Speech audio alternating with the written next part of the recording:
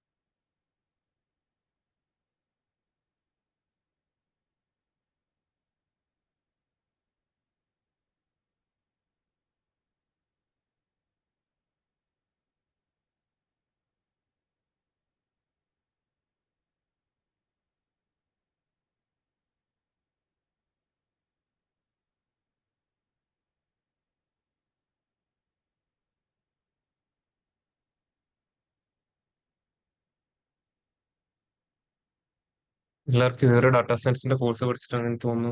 എന്തെന്താ? ഉം? ഇതുവരെ ഡാറ്റാ സയൻസിന്റെ കോഴ്സ് പഠിച്ചിട്ട് എങ്ങനെയുണ്ട്? ഉം? പുതിയ കാര്യങ്ങൾ വല്ലതും പഠിക്കാൻ പറ്റിയോ? ഇല്ലയോ? പുതിയ കാര്യങ്ങൾ മാത്രമേ പഠിച്ചിട്ടുള്ളൂ? അത് കൂടാതെ എന്തെങ്കിലും പുതിയ കാര്യങ്ങൾ പഠിച്ചോ? ഉം. ഇവിടുന്ന് കുറെ പുതിയ കാര്യങ്ങൾ കിട്ടിയില്ലേ? അത് കൂടാതെ നിങ്ങളായിട്ട് എന്തെങ്കിലും പുതിയ കാര്യങ്ങൾ പഠിച്ചോ? ഉം? പഠിച്ചോ?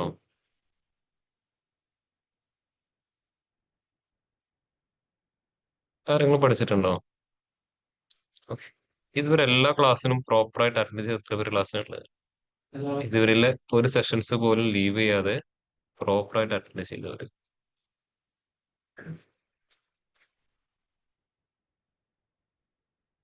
ആരുമില്ല? മീൻസ് ഇൻ കേസ് ഓഫ്ലൈനിൽ വരാൻ പറ്റില്ലെങ്കിൽ അറ്റ്ലീസ്റ്റ് ഓൺലൈനിലെങ്കിലും അറ്റൻഡ് ചെയ്യണം, അത്ര ഞാൻ പറയുന്നു. ഒരു ദിവസം പോലും ലീവ് എടുക്കാതെ പ്രോപ്പർ ആയിട്ട് ക്ലാസ് അറ്റൻഡ് ചെയ്ത് എത്ര പേരുണ്ട്? ആരെങ്കിലും ഉണ്ടോ?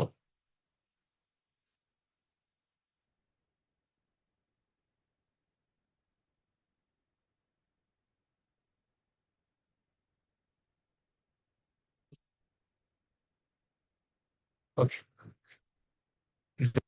കംപ്ലീറ്റ് ചെയ്ത് എത്ര പേരുണ്ട് ക്ലാസ്സിൽ? മൊത്തം മീൻസ് എൻ്റെ ഒരു ഡാറ്റാ സയൻസിൽ എല്ലാ ക്ലാസ്സും പവർ ബി മാത്രമല്ല എല്ലാം കംപ്ലീറ്റഡ് ആണ്. എവിടെയോ ഓൺലൈൻ എത്ര പേരുണ്ട്? എല്ലാം ഇതുവരെയുള്ള എല്ലാ പോർഷൻസും Python, SQL, machine learning, Power B I hand raise ചെയ്ത് എല്ലാം പ്രോപ്പർലി കംപ്ലീറ്റ് ചെയ്തവർ മാത്രം ഹാൻഡ് റൈസ് ചെയ്ത്.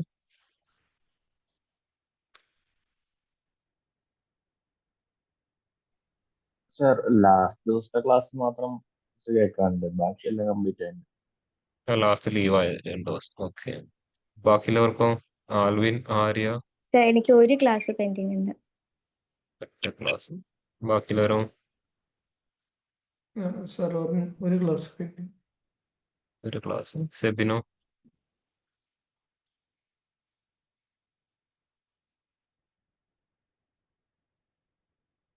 ഓക്കെ. ഇതുവരെ എത്ര പ്രൊജക്ട് ചെയ്തു എല്ലാവരും? ഇതിൽ എത്ര പ്രൊജക്ട് ചെയ്തു? ഉം. ഏതില്? പൈത്തണിലൊന്നും മെഷീൻ ലേണിംഗിലൊന്നും. മെഷീൻ ലേണിംഗ് ഒറ്റ പ്രൊജക്ട് ചെയ്തുള്ളൂ? ക്ലാസ്സിന് 2-3 ചെയ്തിട്ടുണ്ടാവില്ലേ? നിങ്ങൾ സെൽഫായിട്ട് എത്ര പ്രൊജക്ട് ചെയ്തു? ഒന്ന് ചെയ്തു. ഉം. ബാക്കിയുള്ളവരോ എത്ര എണ്ണം ചെയ്തു? MLO. പൈത്തണിൽ ഒന്നേ ചെയ്തിട്ടുള്ളൂ ഇതുവരെയായിട്ടും? വേറെ ഒന്നും ചെയ്തിട്ടില്ല പൈത്തണില്? ഓൺലൈനിലോ? പൈത്തണിൽ ഒരു പ്രൊജക്ട് ചെയ്തിട്ടുണ്ട് സർ. ML മെയിൻ ആയിട്ട് ഒന്ന് ചെയ്തിട്ടുണ്ട്. പിന്നെ ഹോംവർക്ക് ആയിട്ട് സാമ്പിൾ ആയിട്ട് വീട്ടില് ഡാറ്റ സെറ്റ് ഡൗൺലോഡ് ചെയ്ത് ചെയ്യാറുണ്ട് 2-3. എങ്ങനെ? എങ്ങനെ ക്ലാസ്സിൽ ചെയ്യുന്നല്ലേ? ഏ അല്ല, ഡാറ്റ സെറ്റ് വേറെ ഡൗൺലോഡ് ചെയ്യും. പ്രാക്ടീസ് ചെയ്യാൻ വേണ്ടി ചെയ്യുന്നത്. അത് പ്രാക്ടീസ് ചെയ്ത് പഠിക്കുന്നത് ഓക്കെ. പക്ഷെ പ്രോപ്പർ റെസ്യൂമിൽ നോക്കാൻ പറ്റുന്ന പ്രൊജക്ട് ഉണ്ടെന്ന് ചോദിച്ചത്. ML പറഞ്ഞു സർ. Okay, online ബാക്കിയുള്ളവരോ? പൈത്തണിൽ ഒരു പ്രൊജക്ട് ചെയ്തിട്ടുണ്ട്, ML SQL ഇതേപോലെ ചെയ്തിട്ടുണ്ട്, പിന്നെ ML CNN വെച്ചിട്ട് ചെയ്തിട്ടുണ്ട്, പവർ ബി ഐയിൽ ഒരെണ്ണം ചെയ്തുകൊണ്ടിരിക്കുന്നുണ്ട്. HQL എന്താ പ്രൊജക്ട് ചെയ്തത്? ജസ്റ്റ് പ്രാക്ടീസ് ചെയ്യുന്ന പോലെ ഡാറ്റ സെറ്റ് എടുത്ത് ചെയ്തതാ, ഡാറ്റ അനാലിസിസ് ആണ് ഉദ്ദേശിച്ചത്. അനാലിസിസ് ചെയ്തതാ. അല്ലാണ്ട് SQL വെച്ചിട്ട് എന്തെങ്കിലും ഒരു സിസ്റ്റം ഇംപ്ലിമെന്റ് ചെയ്തിട്ടുണ്ടോ?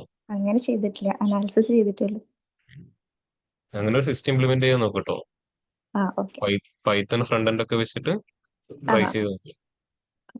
എന്താണ് ഡാറ്റ ഗെറ്റ് ചെയ്യുന്നത്, ആ പരിപാടി അവിടുന്ന് ഗെറ്റ് ചെയ്ത് ഇപ്പുറത്ത് ഫ്രണ്ടിൽ ഡിസ്പ്ലേ ചെയ്യാൻ പറ്റുന്ന രീതിയിൽ, അല്ലെങ്കിൽ ഇവിടെ ഒരു കാര്യം എൻ്റർ ചെയ്യുമ്പോൾ അത് SQL പോയിട്ട് സ്റ്റോർ ആവുന്ന രീതിയിൽ ചെയ്യാൻ നോക്കുക. പ്രോപ്പർ ഒരു ഫ്രണ്ട് എൻഡ് ഉണ്ടാവും. ബാക്ക് എൻഡിൽ SQL വർക്ക് ആവും, SQL MySQL വർക്ക് ചെയ്യും, ഫ്രണ്ട് എൻഡിൽ പൈത്തൺ വർക്ക് ചെയ്യും. അപ്പൊ ആ ഒരു പ്രൊജക്ട് എക്സ്പ്ലെയിൻ ചെയ്യുമ്പോൾ എന്തായി, അറ്റ് എ ടൈം എന്താണ് രണ്ട് ടെക്നോളജി നിങ്ങൾക്ക് അവിടെ എക്സ്പ്ലെയിൻ ചെയ്യാൻ പറ്റി. രണ്ട് ലാംഗ്വേജ് നിങ്ങൾക്ക് അവിടെ ഒരൊറ്റ പ്രൊജക്റ്റിൽ എക്സ്പ്ലെയിൻ ചെയ്യാൻ പറ്റും. ഏതൊക്കെയായി? SQL എന്ന് പറഞ്ഞ ലാംഗ്വേജുമായി പൈത്തണുമായി. ഓക്കെ, അപ്പൊ അതുപോലുള്ള പ്രൊജക്റ്റ് ഒക്കെ ചെയ്യട്ടോ. വളരെ കുറച്ച് പേര് അതുപോലുള്ള കാര്യങ്ങളൊക്കെ ചെയ്യാറുള്ളൂ, അതുകൊണ്ടാണ് പറയുന്നത്.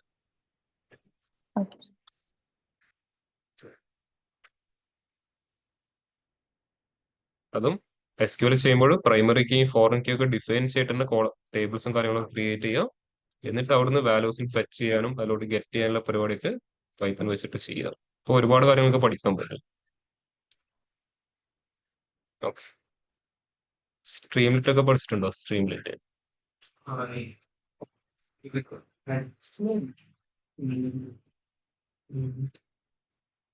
ഇപ്പൊ എന്താണ് മറ്റേ ലിങ്ക്ഡിനിലൊക്കെ എന്താണ് പ്രൊജക്ട് ഒക്കെ ഇടുന്ന സമയത്ത് ഈ കൊളാബിന്റെ സ്ക്രീൻ റെക്കോർഡ് ആയിട്ട് ഇടരുത് കേട്ടോ. അത് കണ്ട ആർക്കെങ്കിലും മനസ്സിലാവുമല്ലോ. ഈ കൊളാബ് കോഡിന്റെ സ്ക്രീനിലൊക്കെ എന്താ കാണുന്നത്? ഒരു കൂട്ടം പൈത്തന്റെ കോഡായിരിക്കും. ഇത് കണ്ട ആർക്കെങ്കിലും വലുത് മനസ്സിലാവുമോ? ഇപ്പൊ ഞാൻ പോയിട്ട് എന്ത് ചെയ്യുന്നു, ഈ ഒരു എന്താ പറയാ ഇതിന്റെ സ്ക്രീൻഷോട്ട് എടുത്തിട്ട് അങ്ങിടുന്നു. ഇതിങ്ങനെ ഇടുന്നതും ഇതിന്റെ ഔട്ട്പുട്ട് ഒരു സ്ക്രീൻ റെക്കോർഡ് ചെയ്ത് കാണിക്കുന്നതും എന്നുള്ള വ്യത്യാസം എന്തായിരിക്കും? ആൾക്കാരെ ഏറ്റവും കൂടുതൽ അട്രാക്ട് ചെയ്യുന്ന ഇതിലോട്ടായിരിക്കും. ഇതിലോട്ടാണോ അല്ല ഇതിന്റെ ഔട്ട്പുട്ട് കാണുന്നതിലോട്ടാണോ? ഇതിന്റെ ഔട്ട്പുട്ട് കാണുന്നതായിരിക്കും പെട്ടെന്ന് എന്താ സംഭവം എന്ന് മനസ്സിലാവാൻ പോകുന്നില്ലേ. ഇപ്പൊ കൊളാബ് അങ്ങനെ തന്നെയല്ലേ? കൊളാബിൽ വരുന്ന കോഡൊക്കെ ബാക്കിയൊരു കണ്ടിട്ട് വല്ല കാര്യമുണ്ടോ? ഇല്ല. അതിന്റെ ഔട്ട്പുട്ട് എന്താണെങ്കിലും എന്ത് ചെയ്യുക, സ്ട്രീം ലിറ്റോ ഫ്ലാസ്കോ എന്തെങ്കിലും വെച്ചിട്ട് ഒരു ഫ്രണ്ട് എൻഡ് ഡെവലപ്പ് ചെയ്യുക. ആ ഫ്രണ്ട് എൻഡ് നല്ല അടിപൊളിയാക്കിയിട്ട് എന്ത് ചെയ്യുക, അതിന്റെ സ്ക്രീൻ റെക്കോർഡ് ചെയ്തിട്ട് അത് പോസ്റ്റ് ചെയ്യുക. അതിന്റെ ഡിസ്ക്രിപ്ഷനിൽ കൊടുത്താൽ മതി, എന്താണ് ഇൻഡിക്കേറ്റ് ചെയ്യുന്നത് കൊടുത്താൽ മതി. അതിനാണ് ഇമ്പോർട്ടൻസ് കേട്ടോ. അതായിരിക്കും ആൾക്കാർ കൂടുതലും ചെക്ക് ചെയ്യുക. അല്ലാണ്ടെങ്കിൽ കൊളാബിന്റെ സ്ക്രീനൊക്കെ റെക്കോർഡ് ചെയ്തിട്ടാല് അവിടെയുള്ള എല്ലാ ആൾക്കാരും ടെക്നിക്കൽ പേഴ്സൺസ് ആണോ ലിങ്ക്ഡിനിലിട്ട്? അല്ല, പകുതി മുക്കാലും HR അതുമായിട്ടുള്ള ആൾക്കാരായിരിക്കും. അവർക്ക് ഇത് കാണുമ്പോൾ ഇവൻ എന്താ എഴുതി വെച്ചതിനുള്ള ഐഡിയ ഉണ്ടാവില്ല. ഇവൻ ടെക്നിക്കൽ പേഴ്സൺ പോലും എന്ത് ചെയ്യില്ല, അത് റീഡ് പോലും ചെയ്ത് നോക്കില്ല. അവരെന്തായിരിക്കും കോട്ടയം അങ്ങ് ഒഴിവാക്കി വിടും. പക്ഷെ അതിന് പകരം നല്ലൊരു ഫ്രണ്ട് ഒക്കെ കൊടുത്തുള്ള ഒരു ഔട്ട്പുട്ട് ആണെങ്കിലോ ഇത് എന്താണെന്നുള്ളത് ജസ്റ്റ് അവർ ചെക്ക് ചെയ്യും, പെട്ടെന്ന് കാര്യങ്ങൾ മനസ്സിലാക്കാൻ പറ്റും. എന്നുള്ള ഡിഫറൻസ് അവിടെ ഉണ്ട് കേട്ടോ. ഇപ്പൊ പ്രസന്റ് ചെയ്യുന്ന സ്റ്റൈലില് ഒന്ന് വ്യത്യാസം വരുത്തിയിട്ട് ലിങ്ക്ഡിനിലൊക്കെ പ്രസന്റ് ചെയ്യാം.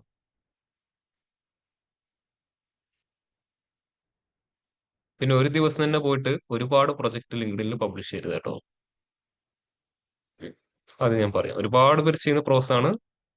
ഇന്നൊരു ദിവസം മാത്രം ഞാൻ ലിങ്ക്ഡിൻ തുറന്നപ്പോൾ എത്ര ആൾക്കാർ, അത് ഈ ബാച്ചിൽ ആരും ഉണ്ടോ എനിക്ക് അറിയില്ല, ഒരുപാട് ആൾക്കാർ ചാറോ പാറ പോസ്റ്റാണ് ക്ലാസ്സിൽ ചെയ്തതും അതും ഇതും. ഒരാൾ തന്നെ 2 മണിക്കൂർ മുമ്പേ, 5 മണിക്കൂർ മുമ്പേ, 7 മണിക്കൂർ മുമ്പേ ഒരൊറ്റ ദിവസം എന്താണ് ഇത്രയും പ്രൊജക്ട് പോയിട്ട് അവിടെ അപ്ഡേറ്റ് ചെയ്യാണ്. ഇപ്പൊ നിങ്ങൾ ഇൻസ്റ്റാഗ്രാമിൽ ഒരു ദിവസം തന്നെ പോയിട്ട് രാവിലെ ഒരു ഫോട്ടോ, അതിന്റെ വേറെ ഫോട്ടോ, വൈകുന്നേരം വേറൊരു ഫോട്ടോ, ഇത് കാണുന്നവർ എന്താ പറയാ? രസം ഉണ്ടാവും നിങ്ങൾക്ക് കാണാൻ? ഇല്ല. അതിന് പകരം ഒന്നിട്ട് അതിന് നല്ലൊരു പീക്ക് ലെവൽ എത്തുമ്പോൾ അടുത്തിട്ട് എന്താ ചെയ്യും, അതേ ആൾക്കാർ അതേ റീച്ച് അതിന് കിട്ടും. അപ്പൊ ആ ഒരു പാറ്റേൺ അവിടെ ഫോളോ ചെയ്യുക. ഒന്നിട്ട് അതിന് നല്ല രീതിയിൽ എന്ത് ചെയ്യുക, റീച്ച് നേടുക. ആ റീച്ച് ഒന്ന് നല്ല ലെവൽ എത്തുമ്പോൾ എന്ത് ചെയ്യുക, അടുത്ത പോസ്റ്റിനെ അവിടെ പാസ് ചെയ്യുക. പിന്നെ എന്ത് ചെയ്യും, ആ ഇന്റർവ്യൂ അവിടെ കുറയാൻ തുടങ്ങി. നിങ്ങൾക്ക് പിന്നെ ഡെയിലി പോസ്റ്റ് ചെയ്യേണ്ടി വരും. നിങ്ങൾക്ക് ആ പ്രൊഫൈൽ നല്ല റീച്ച് ഇങ്ങനെ കൂടി കൂടി വരുന്ന കാണാൻ പറ്റും. പ്രൊഫൈലിലെ വ്യൂവേഴ്സ് കൂടെ ഉണ്ടാവും, പ്രൊഫൈലിൽ ഇടുന്ന റീച്ച് ഉണ്ടാവും, നിങ്ങൾക്ക് ഇങ്ങോട്ട് വരുന്ന കണക്ഷൻ റിക്വസ്റ്റ് കൂടുന്ന കാണാൻ പറ്റും. എല്ലാവിടെയും നിങ്ങൾക്ക് ലിങ്ക്ഡിന്റെ പ്രൊഫൈൽ ഇങ്ങനെ ആഡ് ചെയ്ത് വരുന്ന കാണാൻ പറ്റും. അതിന്റെ ആ ഒരു പ്രൊഫൈലിൽ അനലറ്റിക്സ് കാണാൻ പറ്റും, നോക്കാറുണ്ടോ? ഇല്ല, ഗ്രാഫിക് ഇങ്ങനെ മുകളിലോട്ട് ഇങ്ങനെ പോകുന്ന കാണാൻ പറ്റും. അനലറ്റിക്സ് നോക്കാറുണ്ടോ? ലിങ്ക്ഡിൽ അനലറ്റിക്സ് ചെയ്യാൻ പറ്റും. എങ്ങനെയാണ്? താഴോട്ടാണോ മുകളിലോട്ടാണോ പോകുന്നത്? ഇങ്ങോട്ടാ പോകുന്നത്? കാണാൻ പറ്റും, ലിങ്ക്ഡിൽ കാണാൻ പറ്റും. അത് പോസ്റ്റ് ഇംപ്രഷൻ, പ്രൊഫൈൽ വ്യൂസ് ഒക്കെ പറഞ്ഞ് കാണാൻ പറ്റും. ഉം. അത് നോക്കിയാൽ മതി എങ്ങനെയാണ് നിങ്ങളുടെ പ്രൊഫൈലിന്റെ ഗ്രോത്ത് പോകുന്നത് നല്ലത് കേട്ടോ. അപ്പൊ അത് ചെയ്യാൻ ഇതുപോലുള്ള കാര്യങ്ങൾ ചെയ്താൽ മതി, ഈസി ആയിട്ട് ഗ്രോ ആവും. ഉം. ഒന്നും അല്ലെങ്കിലും എന്തൊക്കെയാണെന്ന് കാണിക്കാൻ പറ്റുന്ന ഒരു വേദിയാണ് ലിങ്ക്ഡിൻ. ഓക്കെ. ഇപ്പൊ ലാസ്റ്റ് ക്ലാസ്സിൽ ചെയ്ത വിഷ്വൽസും ആ ഒരു കസ്റ്റമൈസേഷനും കാര്യങ്ങളൊക്കെ ക്ലിയർ ആയിരുന്നല്ലോ അവർക്കും? ഓക്കെ. ഓൺലൈൻ എല്ലാവരും ക്ലിയർ ആയിരുന്നോ? Yes, sir. ഓക്കെ. നിങ്ങൾക്ക് ബട്ടൺ സ്ലൈസർ എടുത്തിട്ടില്ലല്ലോ? നോർമൽ സ്ലൈസർ മാത്രം ഇതുവരെ നമ്മൾ ക്ലാസ്സിൽ എക്സ്പ്ലെയിൻ ചെയ്തിട്ടുള്ളൂ. ഓക്കെ. ഇനി അടുത്തത് പുതിയൊരു ടൈപ്പ് ഓഫ് സ്ലൈസർ ഞാൻ കാണിച്ചു തരാം. നമ്മൾ ഇതുവരെ പഠിച്ച സ്ലൈസറിന്റെ ആവശ്യം എന്തായിരുന്നു? അല്ലെങ്കിൽ സ്ലൈസറിന്റെ യൂസ് എന്താ? യൂസർക്ക് സെലക്ഷൻസ് കൊടുക്കാൻ വേണ്ടി, അല്ലെങ്കിൽ യൂസർക്ക് ഫിൽറ്റേഴ്സ് അപ്ലൈ ചെയ്യാൻ ആര് യൂസ് ചെയ്യാം? സ്ലൈസർ. നമ്മൾ നോർമൽ യൂസ് ചെയ്യുന്ന സ്ലൈസറിൽ കസ്റ്റമൈസേഷൻ ഫീച്ചർ ആക്ച്വലി വളരെ കുറവാണ്. കൂടുതൽ കസ്റ്റമൈസേഷൻ ഫീച്ചർ വരുന്ന അടുത്തൊരു ടൈപ്പ് ഓഫ് സ്ലൈസർ ഉണ്ട്, അതിന്റെ പേരാണ് ബട്ടൺ സ്ലൈസർ. ആ ഒരു കാർഡിന് ഇവിടെ തൊട്ടടുത്തായിട്ട് നിങ്ങൾക്ക് അവിടെ കാണാൻ പറ്റും ബട്ടൺ. എല്ലാവരും ചെക്ക് ചെയ്ത് നോക്കിയേ, കാർഡിന് ഇവിടെ തൊട്ടടുത്തായിട്ട് കാണാൻ പറ്റും ബട്ടൺ സ്ലൈസർ. അവൈലബിൾ ആണ് എല്ലാവർക്കും. അവിടുന്ന് ബട്ടൺ സ്ലൈസർ സെലക്ട് ചെയ്തു. അതിന്റെ ടെംപ്ലേറ്റ് ഒക്കെ നിങ്ങൾക്ക് ഓൾമോസ്റ്റ് നമ്മുടെ നോർമൽ സ്ലൈസർ പോലെ തന്നെ ഫീൽ ചെയ്യും. ഞാൻ ഇതിലോട്ട് ആഡ് ചെയ്യാൻ പോകുന്നത് നമ്മൾ ഒരു country with flag you are എന്ന് പറഞ്ഞ ഒരു ടേബിൾ ലോഡ് ചെയ്തിട്ടുണ്ടായിരുന്നു. ആ ടേബിളിലെ കൺട്രി എന്ന് പറഞ്ഞ കോളമാണ് ഞാൻ ഈ സ്ലൈസറിലോട്ട് ആഡ് ചെയ്യുന്നത്, ഫീൽഡ്സിലോട്ട് ആഡ് ചെയ്തു. ഓക്കെ. ഇവിടെ കണ്ടോ, സ്ലൈസർ ക്രിയേറ്റ് ആയി. ഇതെങ്ങനെ സ്ലൈസർ വന്നിരിക്കുന്നത്? ടൈലായിട്ടാണ് സ്ലൈസർ വന്നിരിക്കുന്നത്. ഇവിടെ ഒരൊറ്റ സ്റ്റൈലും ടൈലിൽ നിന്ന് വന്ന സ്ട്രക്ചർ മാത്രമേ ഇതിലുള്ളൂ. ഇവിടെ ഡ്രോപ്പ് ഡൗണോ വെർട്ടിക്കൽ ലിസ്റ്റോ സിംഗിൾ വാല്യൂ ഒന്നും ഇതിന്റെ അകത്തില്ല. ഒറ്റ ഒരു ഫോർമാറ്റേ ഉള്ളൂ. ഇത് ആക്ച്വലി ടൈൽ അല്ല, ഇതാണ് ഗ്രിഡ് ലേഔട്ട് എന്ന് കോൾ ചെയ്യുക. ഗ്രിഡ് ലേഔട്ട് റോസും ഉണ്ട് കോളംസും ഉണ്ട്. എത്ര റോസും എത്ര കോളംസും ഉള്ളത്? 3 റോസ് 3 കോളംസ്. നമുക്ക് അതിന്റെ ലേഔട്ട് വേണമെങ്കിൽ എന്ത് ചെയ്യാം? അവിടെ കൺട്രോൾ ചെയ്യാൻ പറ്റും. ജസ്റ്റ് ആ വിഷ്വൽ സെലക്ട് ചെയ്യാം. ഫോർമാറ്റ് പെയിനിൽ വന്നാൽ അവിടെ ഒരുപാട് ഓപ്ഷൻസ് കാണാൻ പറ്റുന്നുണ്ടോ? ലേഔട്ട്. ലേഔട്ടിലോട്ട് വന്നാൽ ഫസ്റ്റ് ഞാൻ ചോദിക്കുന്നത് അറേഞ്ച്മെന്റ്. ഡിഫോൾട്ട് ആയിട്ട് വരുന്ന ഗ്രിഡ് ആയിരിക്കും. നിങ്ങൾക്ക് കാണാൻ പറ്റും മാക്സിമം റോസ് കോളംസ്. ഗ്രിഡ് മാറ്റിട്ട് വേണം എന്ത് ചെയ്യാം? ഹൊറിസോണ്ടൽ ആക്കാം, വെർട്ടിക്കൽ ആക്കാം. ഞാൻ വെർട്ടിക്കൽ സെലക്ട് ചെയ്തു. അപ്പൊ അവിടെ എത്ര ആൾക്കാരെ മാത്രമേ അറ്റ് എ ടൈം കാണാൻ പറ്റുന്നുള്ളൂ? 3. ഞാൻ ആ 3 മാറ്റിയിട്ട് ഒരു 8 പാസ് ചെയ്തു. കാണാണ്ടോ? അറ്റ് എ ടൈം നമുക്ക് എന്ത് ചെയ്യാം? 8 സെലക്ഷൻസ് അവിടെ ചെയ്യാൻ പറ്റും. കണ്ടോ? ഈ ടൈൽ രൂപത്തിൽ മാത്രമേ ഉണ്ടാവൂ. അതിൽ ഗ്രിഡ് ആക്കാം, വെർട്ടിക്കൽ ആക്കാം, ഹൊറിസോണ്ടൽ ആക്കാം. ഓക്കെ. പിന്നെ താഴെ ടൈലിൽ നിന്നും ടേബിൾ ആർന്ന് കാണാൻ പറ്റും. ടൈൽ എന്ന് പറഞ്ഞാൽ ഓരോ ആൾക്കാരെയും സെപ്പറേറ്റ് ആയിട്ട് കാണാൻ പറ്റും. ടേബിൾ ആർ എന്ന് പറഞ്ഞാൽ ആ സ്പേസിങ് അതിന് ഇൻബിറ്റ്വീൻ ഉണ്ടാവില്ല. ടേബിളിലെ റോസ് പോലെ ഉണ്ടാവും. കണ്ടോ? പെട്ടെന്ന് കാണുമ്പോൾ ഒരു ടേബിൾ ഓരോ റോസിലെ വാല്യൂസിനെ പോലെ ഫീൽ ചെയ്യും. ഇപ്പൊ ഏതാണ് വേണമെങ്കിൽ നിങ്ങൾക്ക് ചൂസ് ചെയ്യാം. ടേബിൾ ആർ വേണോ ടൈല് വേണോ? ഓക്കെ. അതിന്റെ താഴെ ഓവർഫ്ലോ എന്ന് പറഞ്ഞൊരു ഫീച്ചർ കാണാൻ പറ്റും. ഓവർഫ്ലോ എന്ന് പറഞ്ഞാൽ നമ്മൾ എങ്ങനെയാണ് അടുത്ത ലെവലിലോട്ട് വരുന്നത്? ഇപ്പൊ എങ്ങനെ ചെയ്യുന്നത്? കണ്ടിന്യൂസ്ലി സ്ക്രോൾ ചെയ്യുകയാണ്. അത് മാറ്റിക്കഴിഞ്ഞാൽ അവിടെ അടുത്ത് എന്ത് കാണാം? പേജ് നേട്ടർ. പേജ് നേട്ടർ മീൻസ് ഓരോ പേജ് ആയിട്ടായിരിക്കും. ഇപ്പൊ ഇവിടെ 8 ആൾക്കാർ വരുന്ന ഒരു പേജ്, അടുത്ത പേജ്, നമ്മൾ ബുക്കിന്റെ പേജ് മറിക്കുന്ന പോലെ. പിന്നെ നമുക്ക് എന്ത് ഈ രീതിയിൽ അതിനെ കൺവേർട്ട് ചെയ്യും. ഡിഫോൾട്ട് ആയിട്ട് എല്ലാവരും യൂസ് ചെയ്യുന്നതായിരിക്കും കണ്ടിന്യൂസ് സ്ക്രോൾ ആയിരിക്കും. വേണമെങ്കിൽ ആ ഒരു ഓപ്ഷൻ അവിടെ ഉണ്ട്. കണ്ടോ? ഇപ്പൊ ലേഔട്ടിൽ ഇത്രയും സെറ്റിങ്സ് വരും. അതിന്റെ താഴെ എന്ത് കാണാം? Call out values. Call out വാല്യൂസിൽ എന്ത് കാണാം? വാല്യൂസും ഉണ്ട്, ലേബൽസും ഉണ്ട്. വാല്യൂസ് ആണെങ്കിൽ എന്ത് ചെയ്യാം? ഓഫ് ചെയ്ത് നോക്കാൻ. കണ്ടോ? സ്ലൈസിൽ എന്താ സെലക്ട് ചെയ്യാൻ പോകുന്നത് നമുക്കൊരു ഐഡിയ ഉണ്ടാവില്ല. കുറെ സെലക്ഷൻസ് കാണുന്നല്ലാതെ എന്താ സെലക്ട് ചെയ്യുന്ന ഒരു ഐഡിയ ഉണ്ടാവില്ല. ഇപ്പൊ ഇത് എന്തിനാണ് കൊടുത്തിരിക്കുന്നത് ഞാൻ പറഞ്ഞുതരാം. ഞാൻ വാല്യൂസിന് ഓഫ് ചെയ്തു, ഞാൻ വാല്യൂവിന് പകരം അവിടെ ഇമേജ് കൊടുക്കാൻ പോവാണ്. ഓരോ കൺട്രിയുടെ പേരിന് പകരം കൺട്രിയുടെ ഫ്ലാഗ് കൊടുത്താൽ നമുക്ക് എന്ത് ചെയ്യും, പെട്ടെന്ന് ആൾക്കാർക്ക് മനസ്സിലാവും. അപ്പൊ എന്ത് ചെയ്യുന്നു, താഴെ ഇമേജസ് കാണാൻ പറ്റും. അവിടെ നിന്ന് ചോദിക്കുന്നു, താഴെ ഇമേജ് എന്നൊരു ഓപ്ഷൻ കാണാം. ഇമേജസിൽ ഏറ്റവും താഴെ ഇമേജ്. അവിടെ ചോദിക്കും ഏത് ഫീൽഡാണ് വേണ്ടത് ചോദിക്കും. ഏതാണ് ഫീൽഡ്? ഫ്ലാഗ് എന്ന് പറഞ്ഞ കോളം. ആ കോളം ജസ്റ്റ് അതിലോട്ട് ഡ്രാഗ് ആൻഡ് ഡ്രോപ്പ് ചെയ്താൽ മതി. കണ്ടോ, സ്ലൈസറിൽ ഇമേജ് വന്നു. പിന്നെ അതിന്റെ ബാക്കിയുള്ള കാര്യങ്ങൾ ഇവിടെ കാണാൻ പറ്റും. ഫിറ്റ് വേണോ ഫില്ല് വേണോ എന്ന് ചെയ്യാം. പിന്നെ അതിന്റെ മുകളിലോട്ട് വന്നാൽ അതിന്റെ ലേ ഔട്ടിൽ അതിന്റെ പൊസിഷൻ ഉണ്ടാവും. ടോപ്പ് വേണോ, ലെഫ്റ്റ് വേണോ, റൈറ്റ് വേണോ, ബോട്ടം വേണോ എല്ലാം കാണാൻ പറ്റും.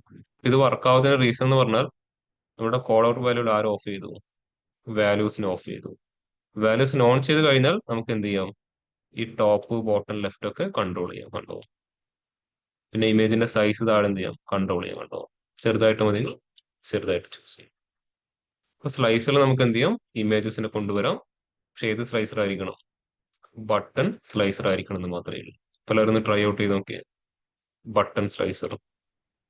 സർ ഞാനൊരു 5 മിനിറ്റ്സ് മുന്നേ ജോയിൻ ചെയ്ത് അപ്പോൾ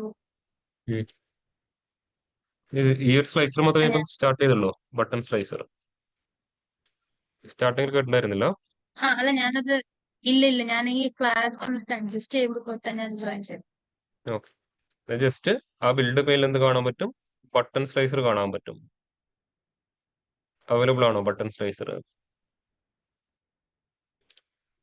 ഒരു മിനിറ്റ്. ബിൽഡ് പെയിന്റ് അകത്ത് വന്നു കഴിഞ്ഞാൽ കാർഡിന് ഇവിടെ തൊട്ടടുത്തായിട്ട് ബട്ടൺ സ്ലൈസർ എന്നൊരു വിഷ്വൽ കാണാൻ പറ്റും. ബേസിക്കലി ഒരു സ്ലൈസർ തന്നെ, പക്ഷെ അതിൻ്റെ അകത്ത് ഒരുപാട് കസ്റ്റമൈസേഷൻ ഫീച്ചേഴ്സ് വരുന്നുണ്ട്. അതാണ് ബട്ടൺ സ്ലൈസർ എന്ന് പറഞ്ഞ വിഷ്വൽ. എന്ത് ചെയ്യുന്നു, ബട്ടൺ സ്ലൈസർ ഞാൻ സെലക്ട് ചെയ്ത് യെസ്. ആ ബട്ടൺ സ്ലൈസറിന്റെ ഫീൽഡിലോട്ട് ഞാൻ നമ്മുടെ country with flag you are എന്ന് പറഞ്ഞ ടേബിളിലെ കൺട്രി എന്ന് പറഞ്ഞ കോളം സ്ലൈസറിലോട്ട് ആഡ് ചെയ്തു. കണ്ടോ, അപ്പൊ സ്ലൈസർ ക്രിയേറ്റ് ആയി. ഇവിടെ ടൈൽ രൂപത്തിൽ മാത്രമേ സ്ലൈസർ ഉണ്ടാകൂ. ഇവിടെ മറ്റെന്താണ്, ഡ്രോപ്പ് ഡൗണും കാര്യങ്ങളും നമുക്ക് സെറ്റ് ചെയ്യാൻ പറ്റില്ല. പിന്നെ അതിന്റെ താഴെ കോൾ ഔട്ട് വാല്യൂ, സോറി, ലേ ഔട്ട് നമുക്ക് എന്ത് ചെയ്യാം, ലേ ഔട്ട് കൺട്രോൾ ചെയ്യാം. ഗ്രിഡ് വേണമെങ്കിൽ ഗ്രിഡ് ആക്കാം, ഹൊറിസോണ്ടൽ ഹൊറിസോണ്ടൽ ആക്കാം, വെർട്ടിക്കൽ. വെർട്ടിക്കൽ സെലക്ട് ചെയ്തു, അവിടെ മാക്സിമം ഹീറ്റ് പാസ് ചെയ്തു. ഓക്കെ, ഇനി താഴെ ഇമേജ് എന്നൊരു ഓപ്ഷൻ കാണാൻ പറ്റും.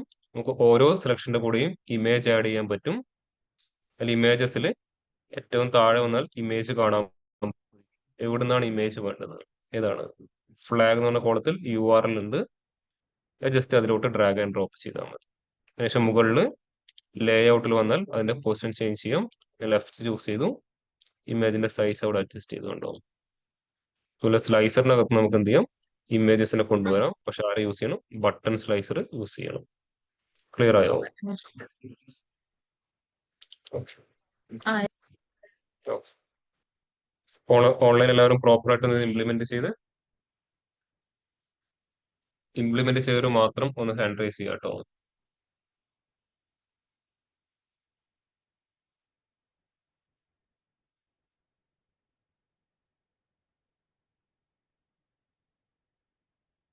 പ്രോപ്പർ ആയിട്ട് ഇംപ്ലിമെന്റ് ചെയ്തവർ മാത്രം ഒന്ന് ഹാൻഡ് റൈസ്.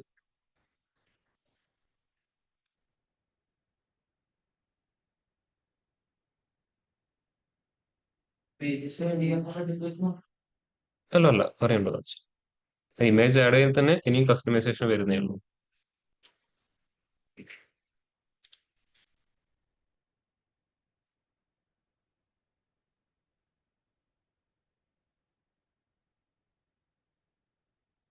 എല്ലാവരും ഇമേജ് ആഡ് ചെയ്തോ, വർക്ക് ആവുന്നുണ്ടോ? ഓൺലൈൻ പ്രോപ്പറായി ഇംപ്ലിമെന്റ് ചെയ്തവർ മാത്രം ഹാൻഡ് റൈസ് ചെയ്ത്.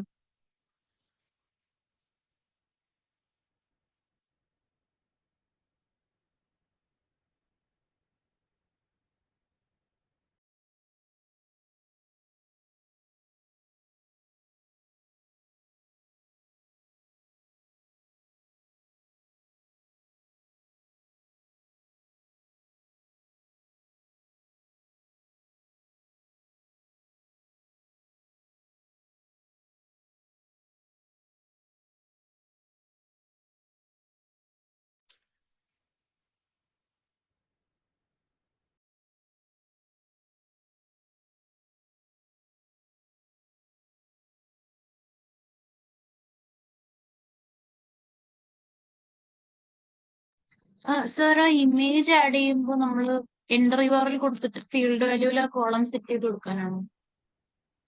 ആ ഇമേജസിൽ ആ ഫീൽഡിൽ അല്ല, ആ ഫീൽഡ് ജസ്റ്റ് ആ column just drag and drop ചെയ്താൽ മതി. ഇവിടെ ഫീൽഡ് വാല്യൂവിന്റെ കൺസെപ്റ്റ് അതല്ല.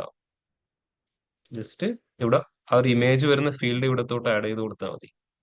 ആ ഫ്ലാഗ് എന്ന് പറഞ്ഞ കോളത്തിന്റെ അകത്തുന്നുണ്ട്, URL ഉണ്ട്. ആ കോളം നേരെ ഇതിന്റെ ഫീൽഡിലോട്ട് ഡ്രാഗ് ആൻഡ് ഡ്രോപ്പ് ചെയ്താൽ മതി.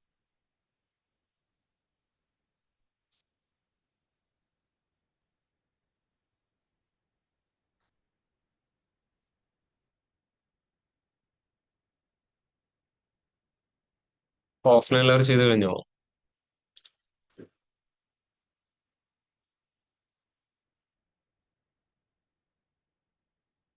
ഓക്കെ. അപ്പൊ ഇനി അടുത്തത് ഇപ്പൊ എന്തായി, എല്ലാ കണ്ടീഷനിലും ഇമേജ് അവിടെ വരുന്നുണ്ടല്ലേ. നമ്മൾ സ്ലൈഡ്സിനെ തന്നെ യൂസ് ചെയ്യാം യൂസർക്ക് ഓരോ സെലക്ഷൻസ് കൊടുക്കാൻ വേണ്ടിയിട്ട്. തൽക്കാലം ഇവിടുന്ന് ഇമേജിനെ അങ്ങ് റിമൂവ് ചെയ്തു. ഓക്കെ, ഞാനിപ്പോ ഇവിടുന്ന് ഒരു കൺട്രി സെലക്ട് ചെയ്തു, അഫ്ഗാനിസ്ഥാൻ സെലക്ട് ചെയ്തു. അതെങ്ങനെയാ മനസ്സിലാവുന്നത്? അഫ്ഗാനിസ്ഥാൻ സെലക്ട് ചെയ്തിട്ടുണ്ടോ ഇല്ലയോ എങ്ങനെയാ മനസ്സിലാവുന്നത്? അഫ്ഗാനിസ്ഥാൻ ഇപ്പൊ സെലക്ട് ചെയ്ത് നമുക്ക് എങ്ങനെയാ മനസ്സിലാവുന്നത്? എങ്ങനെയാ? അതിന്റെ മാത്രം ബാക്ക്ഗ്രൗണ്ട് കളർ ബ്ലാക്കും ടെക്സ്റ്റിന്റെ കളർ വൈറ്റും ആയി. അതായത് രണ്ട് കണ്ടീഷനായി. ഒന്ന് ഡിഫോൾട്ട് കണ്ടീഷനും അടുത്തത് സെലക്ടഡ് കണ്ടീഷനും. ഡിഫോൾട്ട് കണ്ടീഷനിലിരിക്കുന്ന ആൾക്കാർക്ക് എന്താ ഉള്ളത്? ബാക്ക്ഗ്രൗണ്ട് വൈറ്റും ടെക്സ്റ്റിന്റെ കളർ ബ്ലാക്കും. സെലക്ട് ചെയ്താൽ എന്താവും? നേരെ ഓപ്പോസിറ്റ് ആവും അല്ലേ? ബാക്ക്ഗ്രൗണ്ട് കളർ ബ്ലാക്കും ടെക്സ്റ്റിന്റെ കളർ വൈറ്റും ആവും. അതുപോലെ ഇമേജസിൽ നമുക്ക് ഇതുപോലെ കൺട്രോൾ ചെയ്യാൻ പറ്റും. ഇവിടെ ഇമേജ് കൊടുക്കുന്നതിന് മുകളിൽ എനിക്ക് സ്റ്റേറ്റ് എന്ന് പറഞ്ഞൊരു ഓപ്ഷൻ കാണാൻ പറ്റും. സ്റ്റേറ്റ് അത് എക്സ്പാൻഡ് ചെയ്ത് കഴിഞ്ഞാൽ അവിടെ ഡിഫറെന്റ് ടൈപ്പ് സ്റ്റേറ്റ് കാണാൻ പറ്റും കേട്ടോ. Default, hover, press, selected, mixed എന്നൊക്കെ പറഞ്ഞ് ഡിഫോൾട്ട് ആയിട്ട് കാണാൻ പറ്റും. ഡിഫറെന്റ് ടൈപ്പ് സ്റ്റേറ്റ് കാണാൻ പറ്റും. അത് ഞാൻ എന്ത് ചെയ്തു? സെലക്ടഡ് ചൂസ് ചെയ്തു. സെലക്ടഡ്. എന്നിട്ട് മാത്രം ഞാൻ എന്ത് ചെയ്തു? ഇമേജിന്റെ അവിടെ വന്നിട്ട് ഫ്ലാഗ് അതിലോട്ട് ആഡ് ചെയ്തു. അപ്പൊ ആരുടെ കൂടെ മാത്രം ഇമേജ് ഉള്ളൂ? സെലക്ട് ചെയ്തതിന്റെ ആളുടെ കൂടെ മാത്രമേ ഇമേജ് ഉള്ളൂ. ഞാൻ ഇനി എന്ത് ചെയ്തു? ഈ ഒരു കൺട്രി സെലക്ട് ചെയ്തിട്ടുണ്ടോ? അപ്പൊ അവിടെ മാത്രം ഇമേജ് വരും. ഇത് സെലക്ട് ചെയ്തു, ഇതിന്റെ കൂടെ മാത്രം ഇമേജ് വരാൻ തുടങ്ങി. ക്ലിയർ ആയോ? ഇനി ഞാൻ മുകളിൽ പോയിട്ട് സ്റ്റേറ്റിൽ സെലക്ടഡ് മാറ്റിയിട്ട് ഹോവർ ആക്കാൻ തുടങ്ങി. എന്തായിരിക്കും ഹോവർ എന്ന് പറഞ്ഞു കഴിഞ്ഞാൽ ജസ്റ്റ് മൗസ് പോയിന്റർ ഹോവർ ചെയ്യുമ്പോൾ മാത്രം ഇമേജ്. ഇപ്പൊ എന്ത് ചെയ്യുന്നു? വീണ്ടും ഇമേജസിലോട്ട് വന്നു, ഫ്ലാഗ് അതിലോട്ട് ഡ്രാഗ് ആൻഡ് ഡ്രോപ്പ് ചെയ്തു. ഇനി സെലക്ട് ചെയ്യുമ്പോഴും കാണും, ജസ്റ്റ് ഇതുപോലെ മൗസ് പോയിന്റർ ഹോവർ ചെയ്യുമ്പോൾ ഇമേജ് വരും കണ്ടോ. ഇത് നമുക്ക് എന്ത് ചെയ്യാം? അതിനെ വീണ്ടും കസ്റ്റമൈസ് ചെയ്യാൻ പറ്റും കണ്ടോ. എല്ലാവരും ഒന്ന് ട്രൈ ചെയ്ത് നോക്കിയേ. ഓളിൽ പോയിട്ട് ഇട്ടിട്ട് ബാക്കിയുള്ളതിൽ പോയി ചേഞ്ച് ചെയ്യരുത്. ഫസ്റ്റ് ഓളിന്ന് ഇമേജിനെ റിമൂവ് ചെയ്തിട്ട് എന്ത് ചെയ്യാം? ബാക്കി ഓരോന്നിനും ആഡ് ചെയ്ത് നോക്കുക. നിങ്ങൾക്ക് ആ ഒരു സെറ്റിംഗ്സിൽ വരും ചേഞ്ച് കാണാൻ പറ്റും. ഓരോ സ്റ്റേറ്റിലും മാത്രം ഇമേജ് വരുന്നതും പോകുന്നതായിട്ട് നമുക്കിവിടെ ഫീൽ ചെയ്യും. ക്ലിയർ ആണ് എല്ലാവർക്കും? ഒന്ന് ട്രൈ ചെയ്ത് നോക്കി എല്ലാവരും.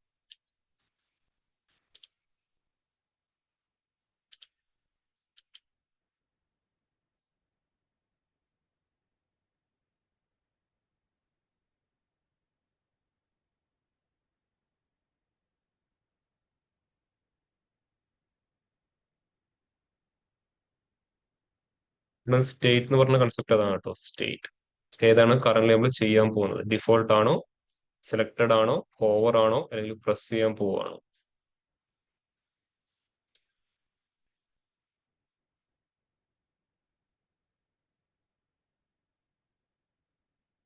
ഓൺലൈൻ ചെയ്ത് കറക്റ്റ് ഔട്ട്പുട്ട് കിട്ടിയവർ മാത്രം ഹാൻഡ് റൈസ് ചെയ്ത് ഈ ഒരു കൺസെപ്റ്റ് മനസ്സിലാക്കി ഇംപ്ലിമെന്റ് ചെയ്ത് ഔട്ട്പുട്ട് വന്നവർ മാത്രം ഹാൻഡ് റൈസ് ചെയ്ത്.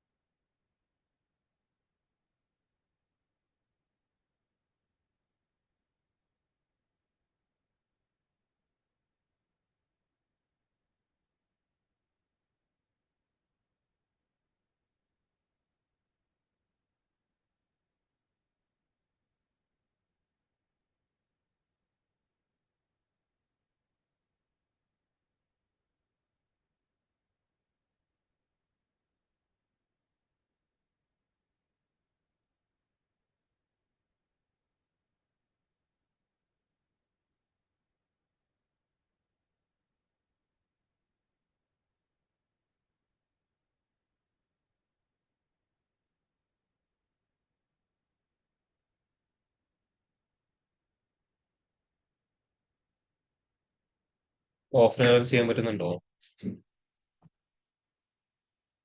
റിപ്പോർട്ട് ക്രിയേറ്റ് ചെയ്യുമ്പോൾ ഇതുപോലെ ഗിമ്മിക്സ് ഒക്കെ കയറ്റി വെക്കാം കേട്ടോ റിപ്പോർട്ടിനകത്ത്. റിപ്പോർട്ട് ചെയ്യുമ്പോൾ ഇതുപോലെ ഗിമ്മിക്സ് ഒക്കെ അതിൽ ചെയ്യാമെന്ന്. കാണാൻ നല്ല രസമായിരിക്കില്ലേ? കൊടുത്തേ ആ ഫ്രണ്ട് എൻഡ് നല്ല അടിപൊളിയാക്കാൻ.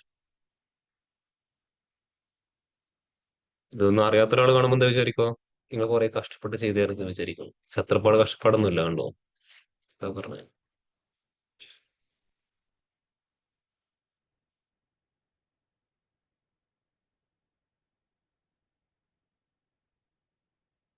അത് ചില റിപ്പോർട്ട് വിഷ്വലി ഉള്ള ഗിമ്മിക്സ് മാത്രമേ ഉണ്ടാവൂ, അതിൽ വേറെ ഒന്നും ഉണ്ടാവില്ല. ഇപ്പൊ ഞാൻ ഒരു എക്സാമ്പിൾ കാണിച്ചു തരാം. നമ്മൾ യൂട്യൂബിലൊക്കെ ഇത് കണ്ടിട്ടുണ്ടോ എനിക്ക് അറിയില്ല.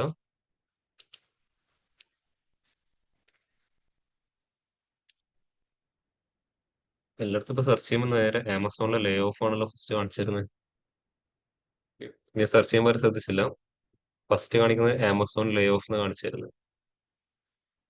ആമസോൺ ലേ ഓഫ് ചെയ്ത് പറഞ്ഞിട്ടില്ലേ? വേൾഡ് കണ്ടതിൽ ഏറ്റവും വലിയ ലേ ഓഫ് ആയിരുന്നു അവിടെ നടത്തിയത്. ഒരുപാട് ആൾക്കാർ രാവിലെ ഉറക്കം എണീക്കുമ്പോഴത്തേക്ക് എന്തായി, കമ്പനിയിൽ നിന്ന് പുറത്താക്കിയ മെസ്സേജ് ആയിരുന്നു പോയത്.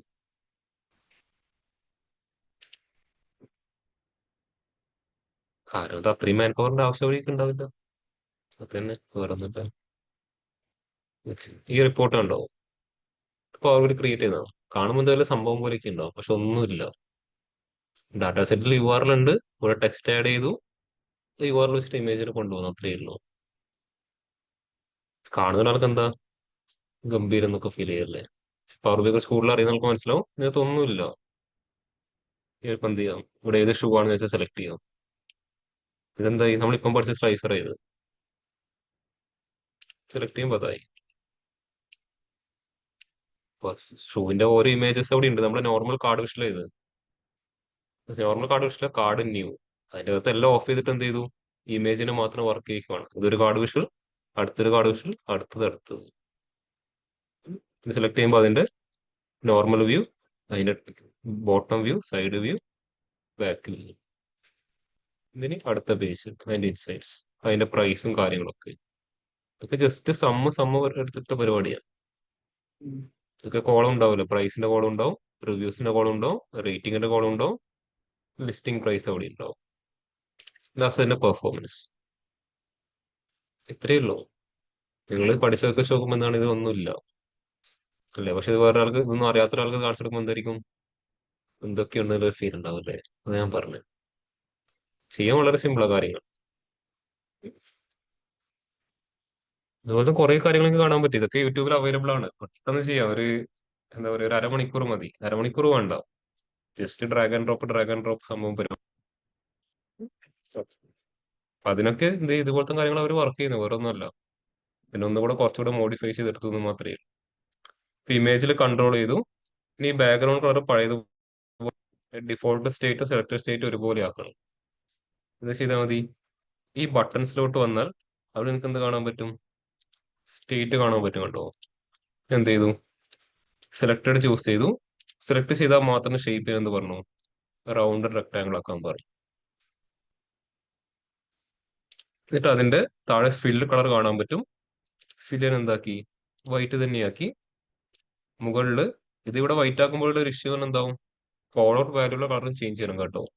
മുകളിൽ നേരെ എന്ത് ചെയ്യാം, കോൾ ഔട്ട് വാല്യൂസിലോട്ട് വരിക, അവിടെ സ്റ്റേറ്റ് എന്ത് ചൂസ് ചെയ്യുക, വാല്യൂയുടെ കളർ എന്താ മാറ്റുക, ബ്ലാക്ക് ആക്കുക.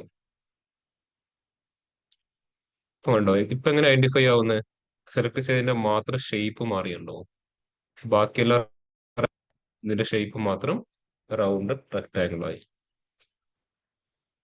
അതായത് കോൾ ഔട്ട് വാല്യൂവിലും സെലക്ടഡ് കണ്ടീഷനിൽ ടെക്സ്റ്റിന്റെ കളർ ചേഞ്ച് ചെയ്യുക, ബട്ടൺസിലും സെലക്ടഡ് കണ്ടീഷനിൽ ഷേപ്പ് ചേഞ്ച് ചെയ്യുക, ഫില്ലിന്റെ കളറും അപ്ഡേറ്റ് ചെയ്യുക. ഇനി വേണം എന്ത് ചെയ്യാം, ബോർഡറിന്റെ കളർ ചേഞ്ച് ചെയ്യാം. ഞാൻ ബോർഡർ എന്ത് ചെയ്തു, ഒരു റെഡ് കളർ പാസ് ചെയ്തു. അപ്പോൾ സെലക്ട് ചെയ്തതിന്റെ ബോർഡർ മാത്രം എന്താവും, ഒരു റെഡ് കളറിൽ ഇൻഡിക്കേഷൻ വരുമല്ലോ. സെലക്ട് ചെയ്ത കണ്ടിന്യൂന്റെ കൂടെ എന്തുണ്ടാവും, ഇമേജും ഉണ്ടാവും, അതിന്റെ ഷേപ്പും മാറി, അതിന് മാത്രം ഒരു സ്പെസിഫൈഡ് ബോർഡർ വരുന്നുണ്ടാവും. കണ്ടോ? ഈ രീതിയിൽ വേണം എന്ത് ചെയ്യാൻ, കാര്യങ്ങൾ മനസ്സിലാക്കാൻ പറ്റും.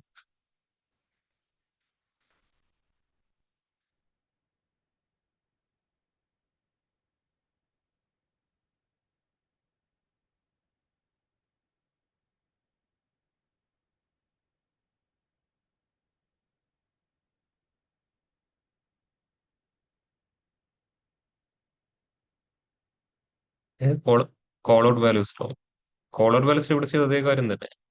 സ്റ്റേറ്റ് പോയിട്ട് എന്താക്കുക, സെലക്ടഡ് ആക്കിയിട്ട് വാല്യൂസിന്റെ കളർ ഡിഫോൾട്ട് ആയിട്ട് വൈറ്റ് ആയിരിക്കും, അത് എന്താക്കുക, ബ്ലാക്ക് ആക്കുക. അപ്പുറത്ത് ചെയ്യുന്നത് അവിടെ ചെയ്യുമ്പോൾ എന്ത് ചെയ്യണം, വാല്യൂസിന്റെ കളർ ഇപ്പുറത്ത് അപ്ഡേറ്റ് ചെയ്യണം, ഇല്ലെങ്കിൽ പിന്നെ വാല്യൂ റീഡ് ചെയ്യാൻ പറ്റില്ല. ഞാൻ നേരത്തെ കാണിച്ച റിപ്പോർട്ടിൽ ആ ഒരു ഇഷ്യൂ ഉണ്ടായിരുന്നു, നിങ്ങൾ ശ്രദ്ധിച്ചോ എനിക്കറിയില്ല. ഞാനിവിടെ ഈ ഒരു ഷൂ സെലക്ട് ചെയ്യാൻ പോവാണ്. ഷൂ സെലക്ട് ചെയ്തതിന് മുമ്പ് വരെ എനിക്ക് എന്ത് ചെയ്യാൻ പറ്റും, അതിന്റെ പേര് വായിക്കാൻ പറ്റും. സെലക്ട് ചെയ്യുമ്പോൾ അതിന്റെ പേര് വായിക്കാൻ പറ്റുന്നുണ്ടോ? പേര് അവിടെ ഉണ്ട്, പക്ഷെ എന്തായി, ഞാൻ അതിന്റെ ടെക്സ്റ്റിന്റെ കളർ അപ്ഡേറ്റ് ചെയ്യാൻ വിട്ടുപോയി. മനസ്സിലായോ? മെഷീൻ ഡിഫോൾട്ട് ആയിട്ട് വൈറ്റ് അതുപോലെ തന്നെ വെച്ചപ്പോൾ ബാക്ക്ഗ്രൗണ്ട് വൈറ്റ് ആയി, റീഡബിലിറ്റി ഇല്ലാണ്ടാവും. അപ്പൊ ചെയ്യുമ്പോൾ രണ്ട് സ്ഥലത്തും ചെയ്യണം. ബാക്ക്ഗ്രൗണ്ട് ചെയ്യുമ്പോൾ ടെക്സ്റ്റിന്റെ കളർ നേരെ ഓപ്പോസിറ്റ് ആയിട്ട് അപ്ഡേറ്റ് ചെയ്യണം, ഇല്ലെങ്കിൽ റീഡബിലിറ്റി ഒരു ഇഷ്യൂ അവിടെ ഉണ്ടാവും.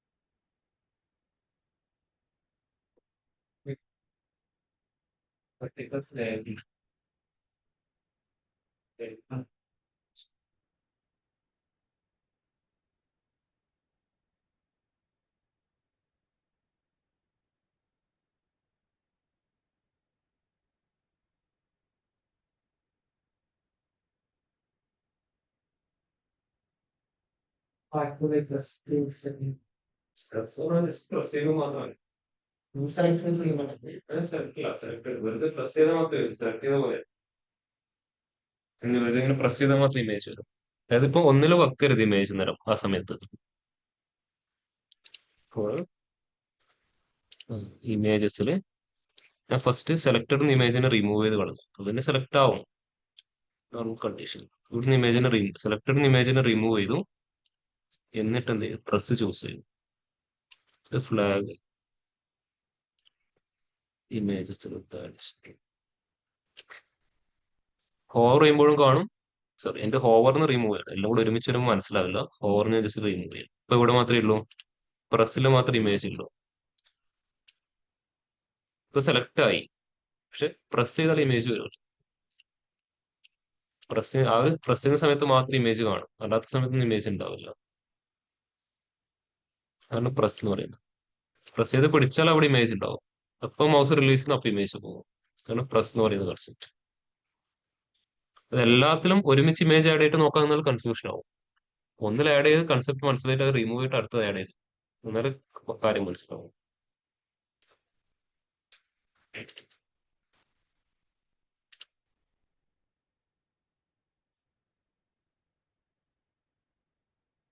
ഡിസേബിൾ കൊടുത്താൽ പിന്നെ വർക്ക് ആവില്ല. സാർ ഈ ബോർഡർ ഇവിടെ നിന്ന് സെറ്റ് ചെയ്ത് ബോർഡർ താഴെ ബട്ടൺസ് ഉണ്ടാവും. ബട്ടൺസിൽ സ്റ്റേറ്റ് ഉണ്ടാവും. സ്റ്റേറ്റ് ചൂസ് ചെയ്തിട്ട് ഫില്ലും ഉണ്ടാവും, ഫില്ലിന് താഴെ ബോർഡറും ഉണ്ടാവും. ഓരോന്നും ഓരോ ബട്ടൺസ് എന്നാ പറയാം. ഓരോ കൺട്രിയും ഓരോ ബട്ടൺ ആയിരിക്കും. ബട്ടന്റെ ഷേപ്പും ബാക്ക്ഗ്രൗണ്ട് കളർക്ക് ചേഞ്ച് ചെയ്യാൻ ബട്ടൺസിലോട്ട് ഷേപ്പ്, പാഡിങ്, ഫില്ല്, ബാക്ക്ഗ്രൗണ്ട്. ഇനി അതിന് ഷാഡോ ആണെങ്കിൽ ഷാഡോ ചെയ്യാം, ഗ്ലോ ആണെങ്കിൽ ഗ്ലോ പാസ് ചെയ്യാം, ആക്സെന്റ് ബാർ ആണെങ്കിൽ അതൊക്കെ ഓൺ ചെയ്ത് കൊടുക്കാം. സെലക്ട് ചെയ്തതിന് വേണ്ടിയിട്ട് മാത്രമാണ് എന്ത് ചെയ്യാം, ഒരു ഷാഡോ ഒക്കെ ആണെങ്കിൽ പാസ് ചെയ്യാം, ഒരു 3D എഫക്റ്റിനൊക്കെ വേണ്ടിയിട്ടുണ്ടാവും.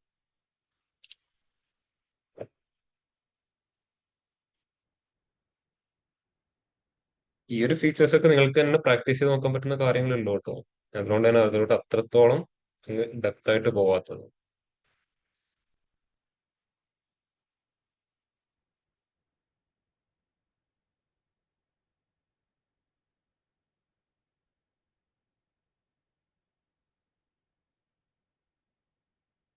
ഓൺലൈൻ ഇത്രയും ചെയ്ത് കഴിഞ്ഞവരൊക്കെ ഒന്ന് ഹാൻഡ് റൈസ് ചെയ്ത്, ഇത്രയും ചെയ്ത് കൺസെപ്റ്റ് ഒക്കെ മനസ്സിലാവരൊന്ന് ഹാൻഡ് റൈസ് ചെയ്ത്.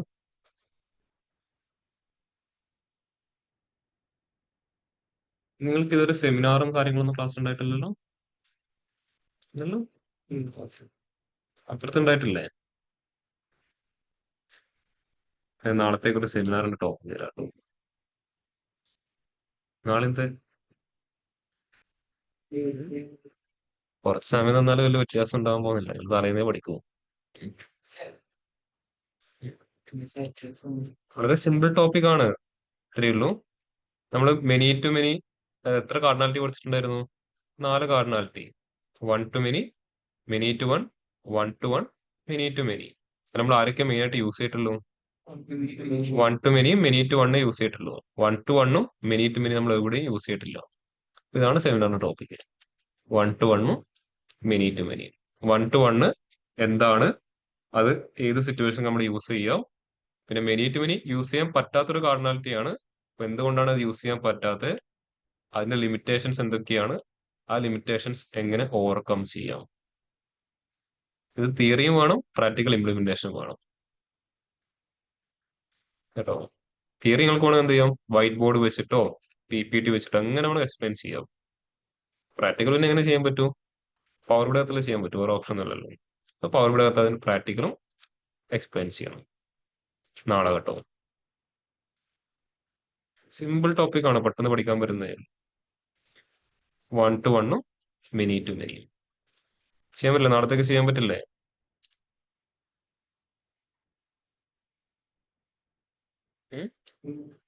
ഓൺലൈൻ ചെയ്യാൻ പറ്റുമോ നാളത്തേക്ക്? Yes, sir. Yes, sir. Yeah. Okay, അപ്പൊ ഇത് നാളത്തെ ടോപ്പിക്. ടോപ്പിക് മനസ്സിലായത് എന്താണുള്ളത്? നോട്ട് ചെയ്ത് വെച്ചില്ല. 1 to 1ഉം many to many, തിയറിയും പ്രാക്ടിക്കലും. many to many limitations എന്താണെന്നും അതെങ്ങനെ ഓവർകം ചെയ്യുന്നുള്ളതും എക്സ്പ്ലെയിൻ ചെയ്യണം. ഓക്കെ, അതിനുശേഷം തിങ്കളാഴ്ച വീണ്ടും അടുത്തൊരു സെമിനാർ കൊടുത്തരാം. തിങ്കളാഴ്ച വരാൻ പോകുന്നത് കുറച്ച് വിഷ്വൽസ് ആണ്. ഓൾറെഡി നിങ്ങൾ കുറെ വിഷ്വൽസ് പഠിച്ചിട്ടുണ്ട്. ഏതൊക്കെയാണ്? Bar chart, column chart, pie chart, അങ്ങനെ കുറെ പഠിച്ചിട്ടുണ്ട്. ഓൾറെഡി പഠിച്ച 2 വിഷ്വൽസ് പാസ് ചെയ്യാം. റിബൺ ചാർട്ട്, ചാർട്ട്, പിന്നെ ഫണൽ ചാർട്ട്, ട്രീ മാപ്പ്, പിന്നെ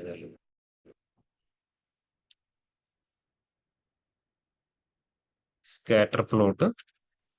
സ്കാറ്റർ പ്ലോട്ട് എന്ന് പറയാത്ത ആരും ക്ലാസ്സിൽ ഉണ്ടാവില്ലല്ലോ. ഏറ്റവും കൂടുതൽ ക്രിയേറ്റ് ചെയ്ത വിഷ്വൽ ആയിരിക്കില്ല സ്കാറ്റർ പ്ലോട്ട്. തൊട്ടതിനും പിടിച്ചതിനൊക്കെ സ്കാറ്റർ പ്ലോട്ട് ക്രിയേറ്റ് ചെയ്ത് വെച്ചിട്ടുണ്ടാവും അല്ലേ? എന്തിനാ സ്കാറ്റർ പ്ലോട്ട് യൂസ് ചെയ്യുന്നതെന്ന് പറഞ്ഞ്? സ്കാറ്റർ പ്ലോട്ട് എന്തിനാ യൂസ് ചെയ്യുന്നത്? Data point. ഔട്ട്ലയർ ഒക്കെ ഫൈൻഡ് ചെയ്യാം. ഔട്ട്ലെയർ ഫൈൻഡ് ചെയ്യാനാണോ? അല്ല, അതിനും യൂസ് ചെയ്യാം. അതിന് യൂസ് ചെയ്യാം. സ്കാറ്റർ പ്ലോട്ട് ഔട്ട്ലെയേഴ്സിനും യൂസ് ചെയ്യാം. ഒരു പെർട്ടിക്കുലർ റേഞ്ചിന് പുറമെയാണ് വരുന്നതെങ്കിൽ പിന്നെ ഏത് റേഞ്ചിലാണ് വാല്യൂസ് ഫോളോ ചെയ്യണമെന്ന് അറിയാൻ വേണ്ടിട്ട്. ഓക്കെ, സ്കാറ്റർ പ്ലോട്ടിന് എത്ര ആക്സസ് ഉള്ളത്? 2 ആക്സിസ്. ഓക്കെ, രണ്ട് എക്സും വൈയും. അല്ല, എക്സിലും വൈയിലും വേണ്ട ന്യൂമറിക്കൽ വാല്യൂസ് ആണോ, അല്ല ഒരു സ്ഥലത്ത് കാറ്റഗറിയും ഒരു സ്ഥലത്ത് ന്യൂമറിക്കും ആണോ, അല്ലെങ്കിൽ 2 സ്ഥലത്തും കാറ്റഗറി ആണോ?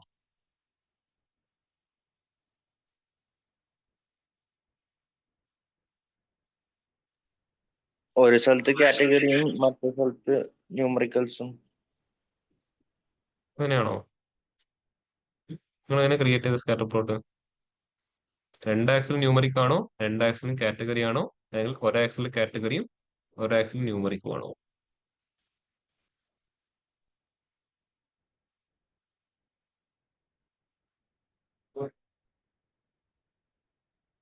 നിങ്ങൾ ഒരുപാട് ക്രിയേറ്റ് ചെയ്തല്ലേ, ഒരുപാട് ചെയ്തിട്ടുണ്ടാവും. ഓൾമോസ്റ്റ് എല്ലാ പ്രൊജക്ട് ചെയ്യുമ്പോഴും അതിൽ ഒരു സ്കാറ്റർ പ്ലോട്ട് വെറുതെ നിങ്ങൾ വരച്ചിട്ടുണ്ടാവും അല്ലെ? പെയർ പ്ലോട്ട് ഒക്കെ പറഞ്ഞ് കുറെ സാധനം വരച്ചിട്ടുണ്ടാവില്ലേ? ഇപ്പൊ സ്കാറ്റർ പ്ലോട്ടിന് 2 ആക്സിൽ എന്താ പോവാ? ന്യൂമറിക് ആണോ, കാറ്റഗറി ആണോ, അല്ലെങ്കിൽ രണ്ടും മിക്സ് ആണോ? ഇത് എന്തായിരിക്കും? 2 ആക്സിലും ന്യൂമറിക്കൽ വാല്യൂസും മാത്രമേ പാസ് ചെയ്യൂ. 2 ന്യൂമറിക്കൽ വാല്യൂ തമ്മിലുള്ള റിലേഷൻഷിപ്പ് കണ്ടുപിടിക്കാൻ നമ്മൾ ആര് യൂസ് ചെയ്യാം? സ്കാറ്റർ പ്ലോട്ട് യൂസ് ചെയ്യുക. അതായത് ഒരു കോറിലേഷൻ ഒക്കെ കണ്ടുപിടിക്കാം. 2 ന്യൂമറിക്കൽ വാല്യൂ തമ്മിലുള്ള കോറിലേഷൻ ഒക്കെ ചെക്ക് ചെയ്യാൻ നമ്മൾ സ്കാറ്റർ പ്ലോട്ട് എന്ന വിഷ്വൽ യൂസ് ചെയ്യാം കേട്ടോ. ഇതുവരെ അത് അറിയില്ലായിരുന്നു സ്കാറ്റർ പ്ലോട്ട് ഇതിനെ യൂസ് ചെയ്യുന്നുള്ളത്? അറിയില്ലാർക്കും? അപ്പൊ ഈ മെഷീൻ ലേണിംഗ് ചെയ്യുമ്പോൾ സ്റ്റാർട്ടിങ്ങിൽ കുറെ EDA എന്ന് പറഞ്ഞ കുറെ വിഷ്വൽസ് ക്രിയേറ്റ് ചെയ്യുന്നില്ലേ? ഇതെന്തിനാ ക്രിയേറ്റ് ചെയ്യുന്നത്?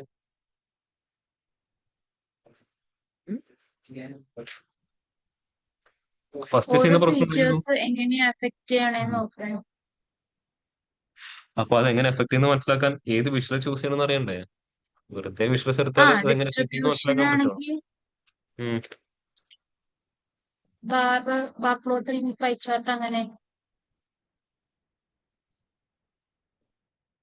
സ്കാറ്റർ പ്ലോട്ട് എന്താ പറയാൻ പറ്റാതിരുന്നത്? കോറിലേഷൻ എന്ന് പറഞ്ഞ കാര്യം അവിടെ വളരെ ഇമ്പോർട്ടന്റ് അല്ലേ? ആ കോറിലേഷൻ ചെക്ക് ചെയ്തിട്ട് ബാക്കി എല്ലാത്തിലോട്ടും പോവാം. ഉം. ഉം. ഈ EDA എന്ന് പറഞ്ഞ പ്രോസസ്സിലെ വെറുതെ ഒരു രസത്തിന് വേണ്ടി ചെയ്യുന്ന കാര്യമല്ല കേട്ടോ. മോഡലിൽ എന്തെങ്കിലും ഇഷ്യൂ വന്നാൽ അത് എന്തുകൊണ്ട് അതിന് പ്രോപ്പർ എക്സ്പ്ലനേഷൻ കൊടുക്കാൻ പറ്റുന്ന ഏരിയയാണ് അത്. ഡാറ്റയെ പറ്റി കൂടുതലായിട്ട് മനസ്സിലാക്കണം, എന്നാലേ മോഡലിൽ എന്താണ് ചെയ്യാൻ പോകുന്നതിനെ പറ്റി ഒരു ഐഡിയ നിങ്ങൾക്ക് ഉണ്ടാവും.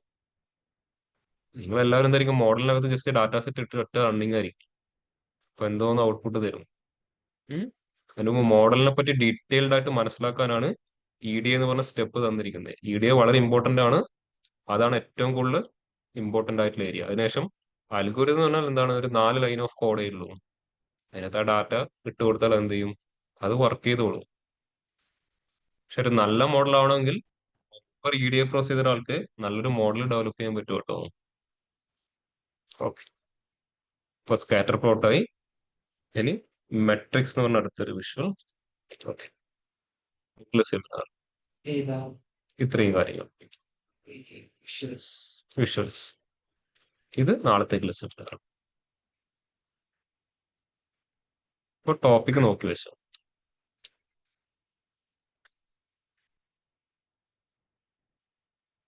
നിങ്ങൾക്ക് എങ്ങനെ വേണമെങ്കിലും ചെയ്യാം. ഇംഗ്ലീഷിലാണെങ്കിൽ ഇംഗ്ലീഷ് എടുക്കാം, പിന്നെ മലയാളത്തിലാണെങ്കിൽ മലയാളത്തിൽ ക്ലാസ് എടുക്കാം. ഈ 2 ലാംഗ്വേജ് മതി. ബാക്കി എനിക്ക് വല്ല ധാരണയില്ല, അതുകൊണ്ടാണ് കേട്ടോ. ഇംഗ്ലീഷും മലയാളവും ഇത് മതി. അല്ല, ഏതാണ് നിങ്ങൾക്ക് ഏറ്റവും കൂടുതൽ കംഫർട്ടായിട്ട് തോന്നുന്നത് അത് യൂസ് ചെയ്യാം. പക്ഷെ ഞാൻ കൂടുതലും പ്രിഫർ ചെയ്യുക ഇംഗ്ലീഷ്. ഞാൻ പറയൂ, എനിക്ക് ഏറ്റവും കൂടുതൽ കോൺഫിഡൻസ് ഇല്ലാത്തതും ആ ഒരു കാര്യം സംസാരിക്കാനായിട്ട്. അതുകൊണ്ട് വേണമെങ്കിൽ നിങ്ങൾക്ക് അതിൽ ട്രൈ ചെയ്ത് നോക്കാം. നിങ്ങൾക്ക് തീരെ പറ്റില്ല എന്ത് ചെയ്യാം, മലയാളത്തിൽ തന്നെ ക്ലാസ് എടുക്കാം, കുഴപ്പമൊന്നുമില്ല.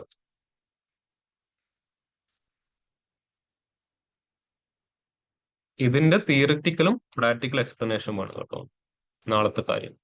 ഇത് തിയറി കൺസെപ്റ്റ് ആയാലും വലിയ കുഴപ്പമൊന്നുമില്ല. പക്ഷേ പ്രാക്ടിക്കലി ചെയ്യാൻ അറിയണം, ഞാൻ അത്രേ പറയുന്നു. ചെയ്ത് കാണിക്കണമെന്ന് ഞാൻ പറയുന്നില്ല.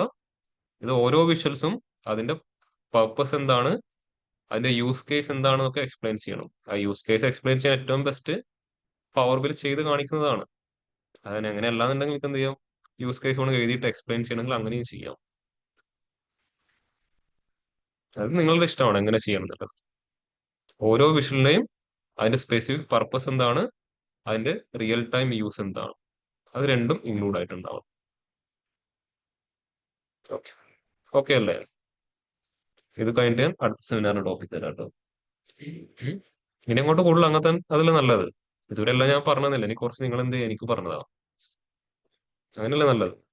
ഇത്രയും കാലം എല്ലാവരും എന്റെ ശബ്ദം മാത്രമേ കേട്ടിട്ടുള്ളൂ. ഇനി ഓരോ ആൾക്കാരുടെ ശബ്ദം എന്ത് ചെയ്യട്ടെ, ക്ലാസ്സിന്റെ അകത്ത് ഇങ്ങനെ റൺ ചെയ്ത് കിടക്കട്ടെ.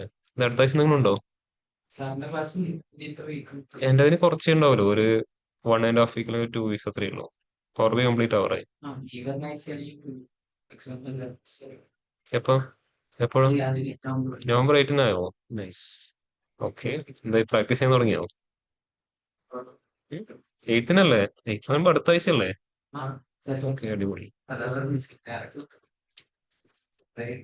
ഞാൻ മാറ്റുകയില്ല, പഠിക്കണ്ട. സെമിനാർ നാളെയും തിങ്കളാഴ്ച തന്നെ സെമിനാർ. ഇപ്പൊ വെള്ളിയാഴ്ച ആണെങ്കിൽ ഞാൻ വെള്ളിയാഴ്ച സെമിനാർ തരും. ആണോ? ഡേറ്റ് മാറ്റാന്ന് വീണ്ടും അങ്ങോട്ട് എക്സാമിന്റെ അടുത്തോട്ട് ഡേറ്റ് പോകും. പെട്ടെന്ന് എടുത്ത് തീർക്കുന്നോ അല്ല നീട്ടി പോണോ? ഉണ്ടല്ലോ. ഗ്രൂപ്പിൽ ഇൻഫർമേഷൻ വന്നു 8-ാം തീയതി എക്സാം ആണെന്ന് പറഞ്ഞിട്ട്. അതെയോ? ഓ,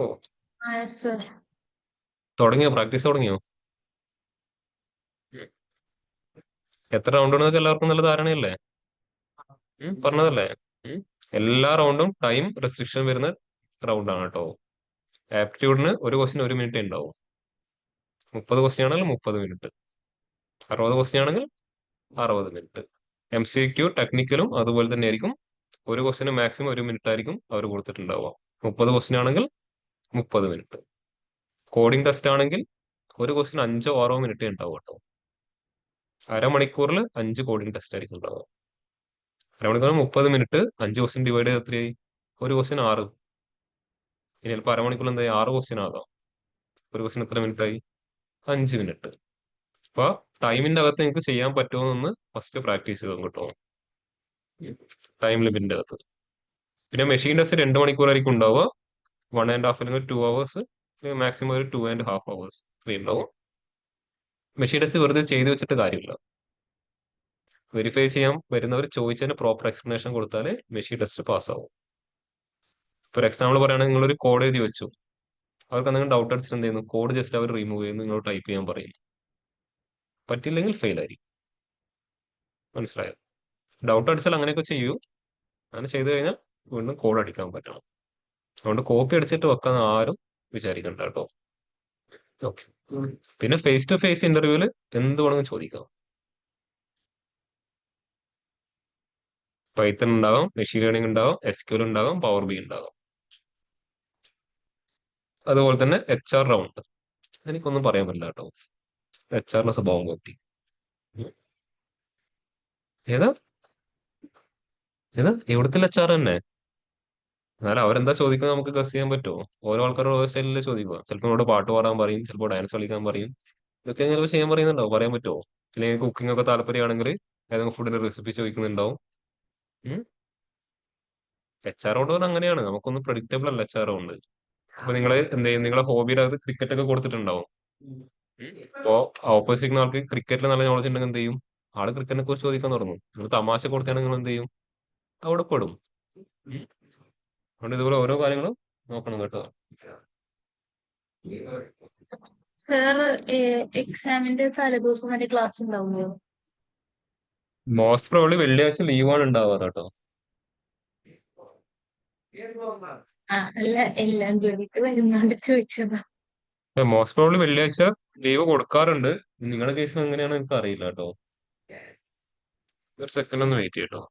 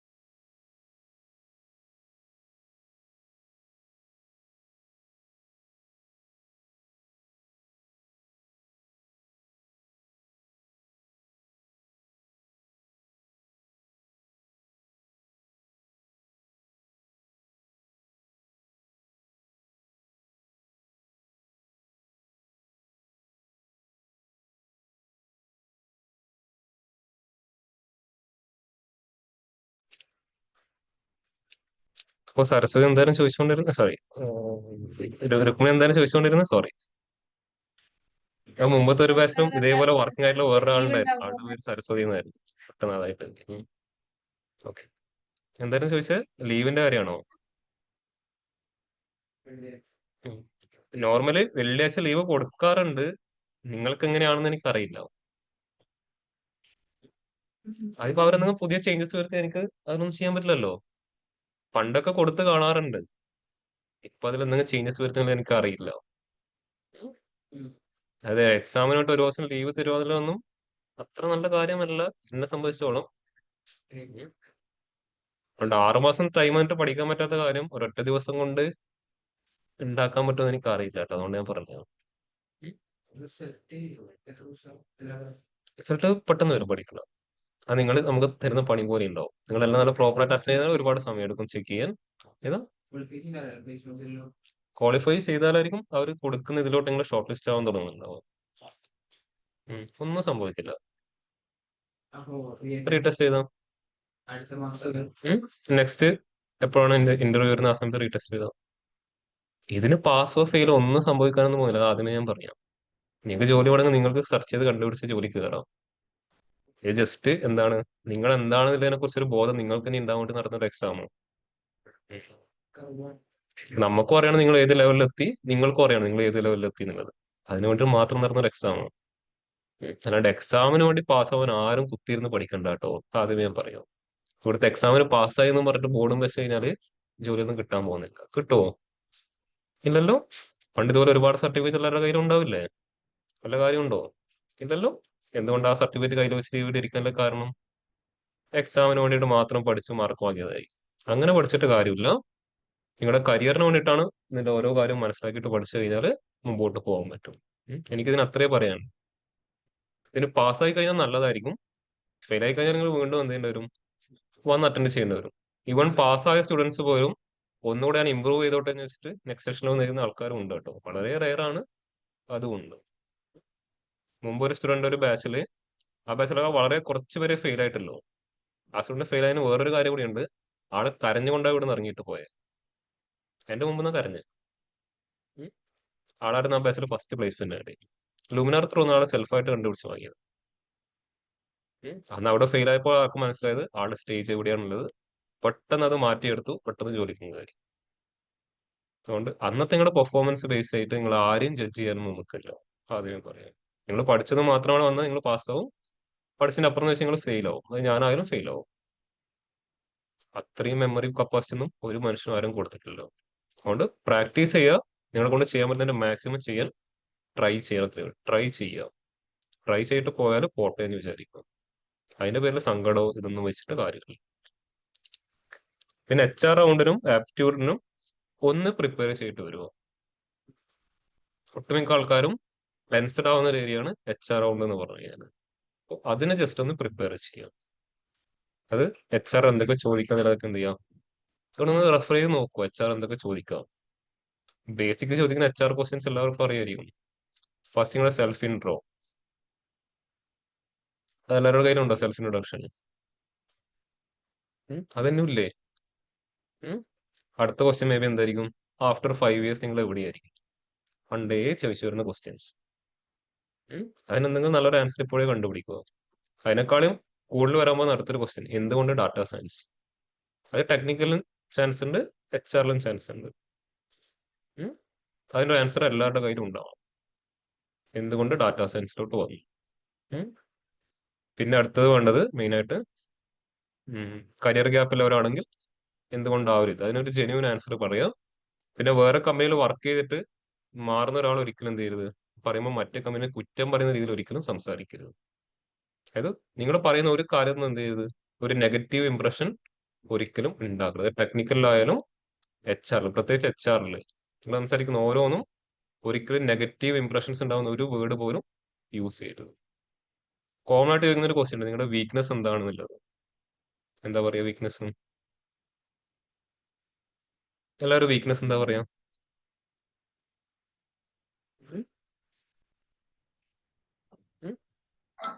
വീക്ക്നെസ് ലൈക്ക് പറയാ? പെട്ടെന്ന് നോ പറയാൻ ഒരു ഇതുണ്ടാവില്ല, പക്ഷെ അത് ട്രൈ ചെയ്തുകൊണ്ടിരിക്കുകയാണ്. ലൈക്ക് എല്ലാത്തിനും അക്സെപ്റ്റബിലിറ്റി ആയിരിക്കും എന്നുള്ള രീതിയിൽ. പക്ഷെ അത് ഓക്കെ മേക്കപ്പ് ചെയ്യാൻ ട്രൈ ചെയ്യാണ് എന്നുള്ള രീതിയിൽ. ഓക്കെ, അത് പറയാം. ബാക്കിയുള്ളവർ എന്താ പറയാ? ഞാൻ കമ്മ്യൂണിക്കേഷനിൽ വീക്കാണെന്ന് ആരെങ്കിലും പോയിട്ട് പറയോ? അല്ലെങ്കിൽ എനിക്ക് പേടിയാണ്, പറയോ? ആക്ച്വലി അതായിരിക്കും നിങ്ങളുടെ വീക്ക്നെസ്, പക്ഷെ അത് പോയിട്ട് പറയരുത് കേട്ടോ. അവിടെ പറയേണ്ട പോയിന്റ് എന്ന് പറഞ്ഞാൽ നിങ്ങളുടെ പോസിറ്റീവ് ആയിട്ടുള്ള കാര്യം വീക്ക്നെസ് ആക്കിയിട്ട് മാറ്റിയിട്ട് പറയേണ്ടി വരും. നിങ്ങൾ നല്ല ഹാർഡ് വർക്കിംഗ് ആണ്, ഞാൻ സമയം നോക്കാതെ പണിയെടുക്കും. എന്താണ്? ഒരു പോസിറ്റീവായ വീക്ക്നെസ് ആണ്. അതുപോലത്തെ കാര്യങ്ങളാണ് അതിൽ പറയേണ്ടത്. നിങ്ങൾ തന്നെ ജസ്റ്റ് ആലോചിച്ച് നോക്കൂ. നിങ്ങളൊരു കമ്പനിയുടെ ഓണർ, നിങ്ങൾ ഒരാളെ ഹയർ ചെയ്യുന്നു. നിങ്ങൾ അയാളുടെ വീക്ക്നെസ് ചെയ്യുമ്പോൾ ആൾ പറയാണ് എന്റെ കമ്മ്യൂണിക്കേഷൻ വളരെ മോശമാണ്. നിങ്ങൾ ആളെ ഹയർ ചെയ്യുമോ? നിങ്ങൾ തന്നെ പറയാണ് എന്റെ കമ്മ്യൂണിക്കേഷൻ മോശമാണ്. അപ്പോൾ അപ്പത്തേന് എന്ത് ചെയ്യും? നിങ്ങൾ ഒഴിവാക്കും.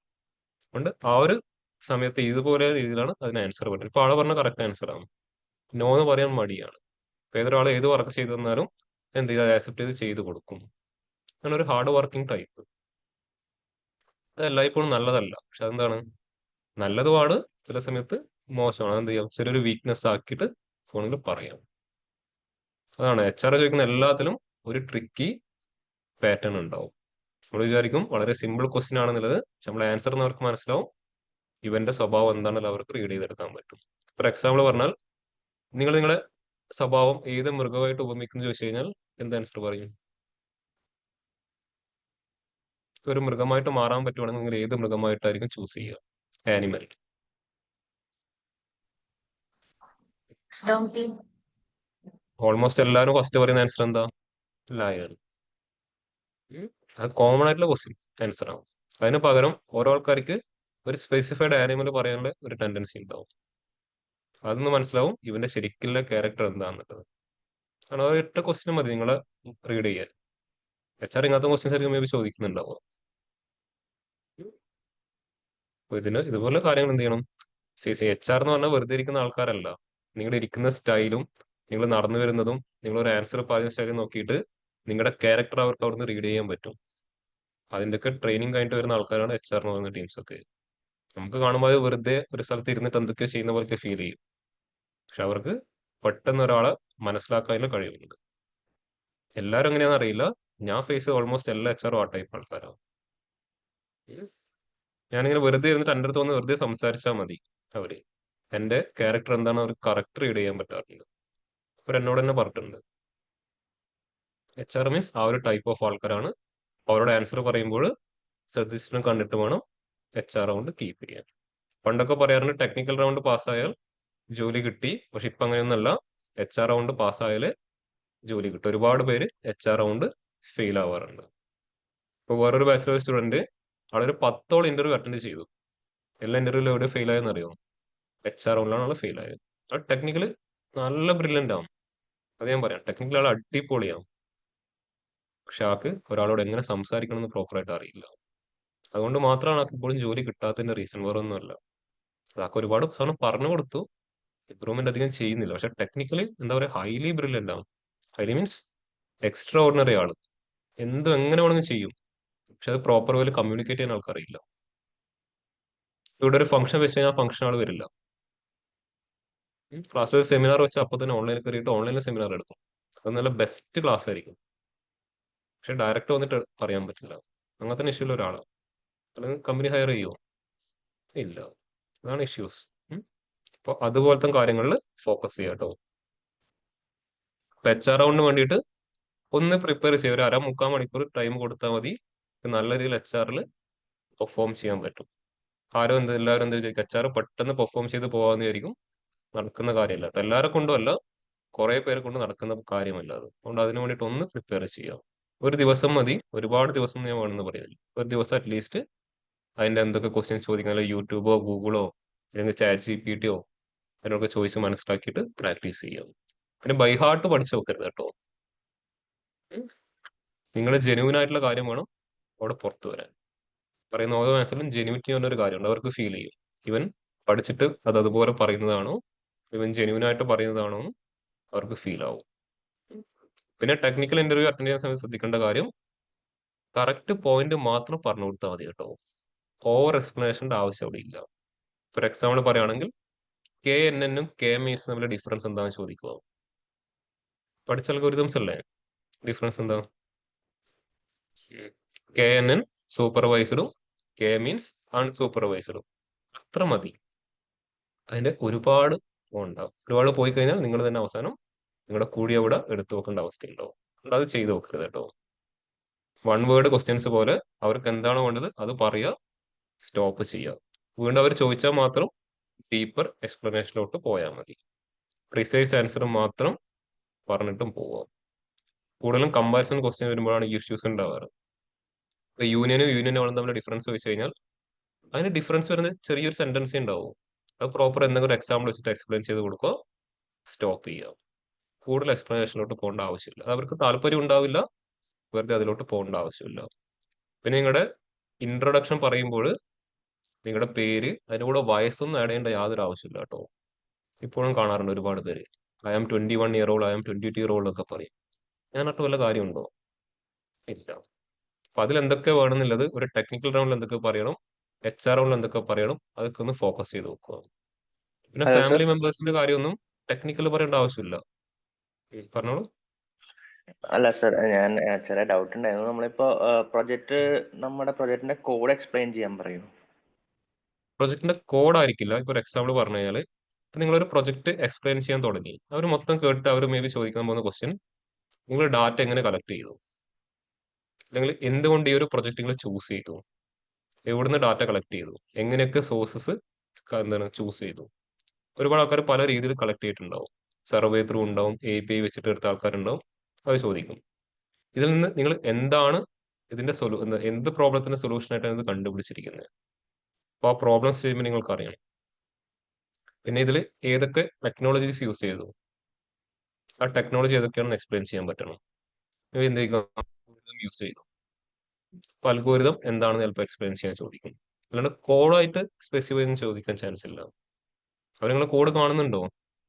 ഇല്ല. നിങ്ങളുടെ പ്രൊജക്ട് നിങ്ങൾക്ക് മാത്രമേ അറിയൂ. ഇത്രത്തോളം കോൺഫിഡന്റ് ആയിട്ട് പറയുന്നത് അവർക്ക് വിശ്വസിക്കാൻ പറ്റും.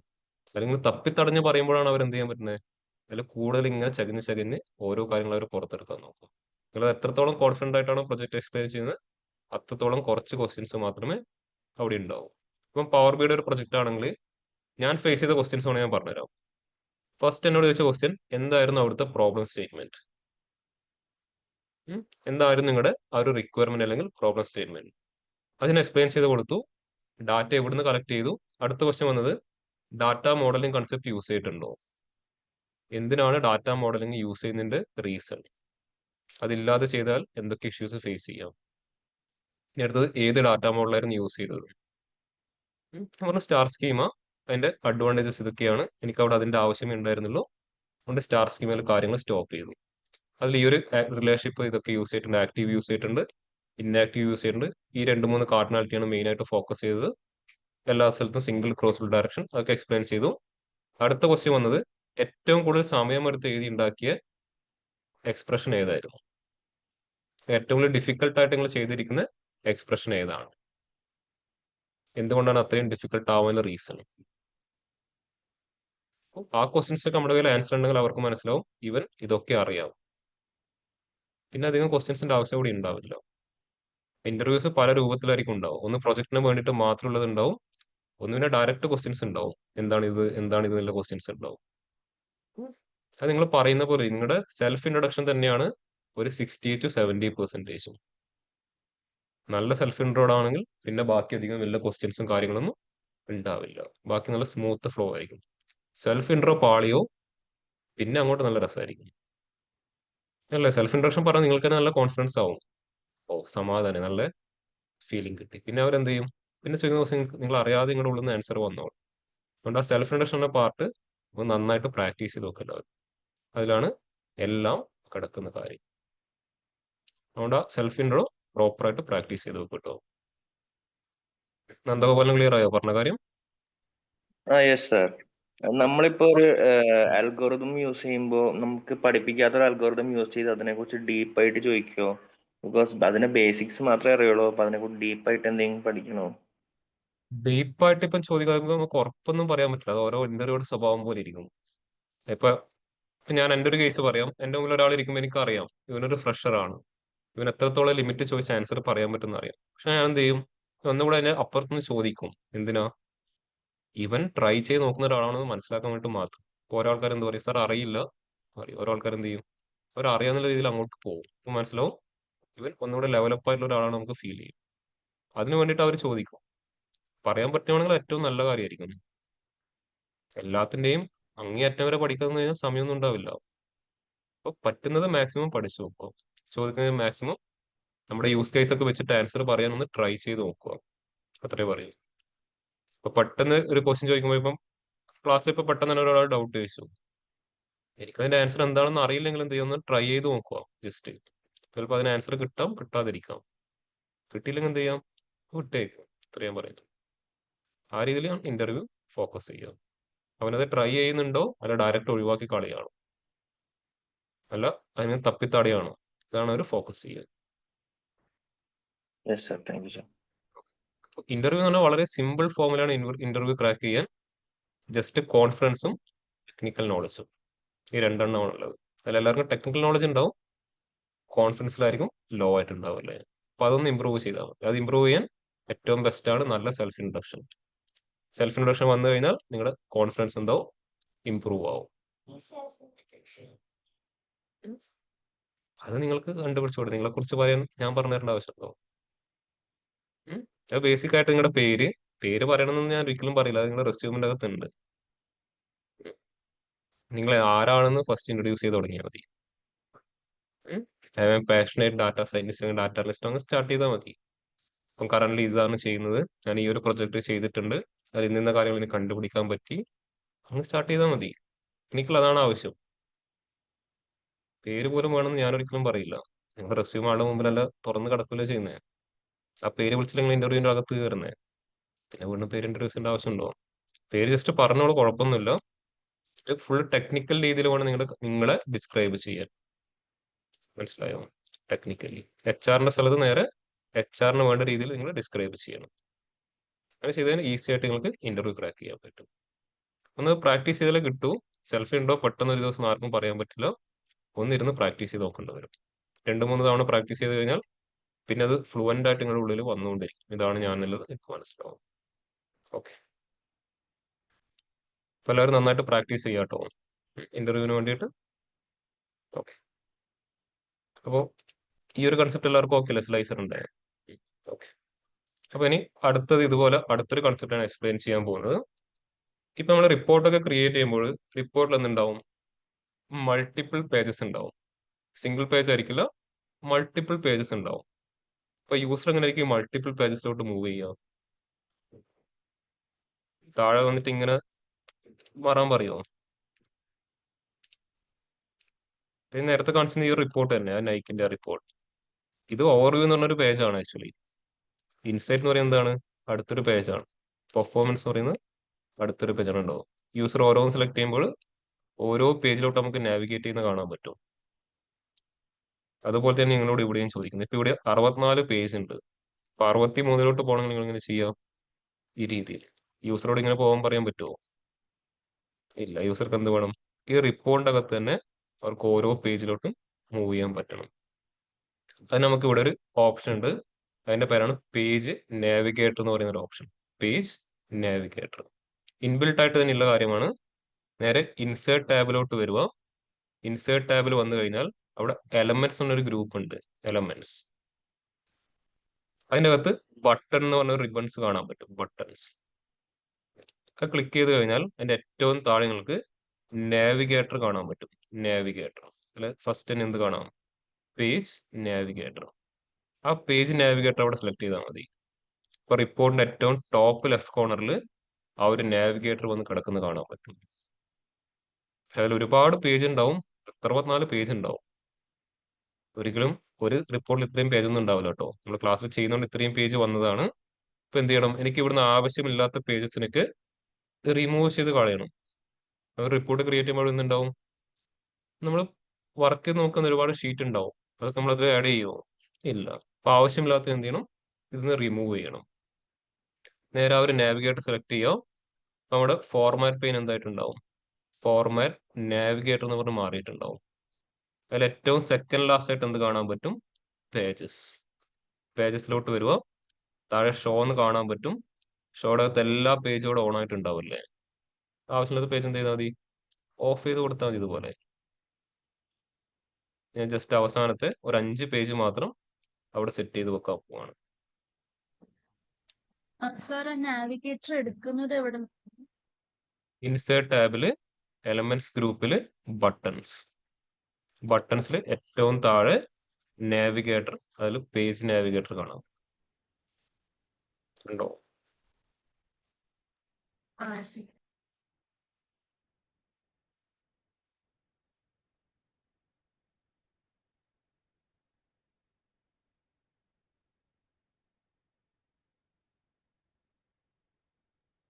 നിങ്ങൾ റിയൽ ടൈം റിപ്പോർട്ടിൽ ഇത്രയൊന്നും പേജ് ഉണ്ടാവില്ല കേട്ടോ.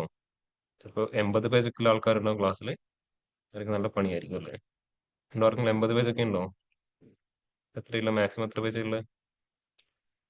40 ഉള്ളൂ? 58. എനിക്ക് മാത്രം എത്ര കൂടിപ്പോയെ? എനിക്ക് മാത്രം ഇങ്ങനെ 64 അങ്ങനെ ആയത്? നിങ്ങളെക്കാളും കുറച്ച് കാര്യങ്ങൾ ഞാൻ ചെയ്യുന്നുണ്ടോ? ഓക്കെ, നിങ്ങളെല്ലാം ഒരേ പേജ് തന്നെ ചെയ്തു പോകുന്നുണ്ടാവും അല്ലേ? ഓക്കെ.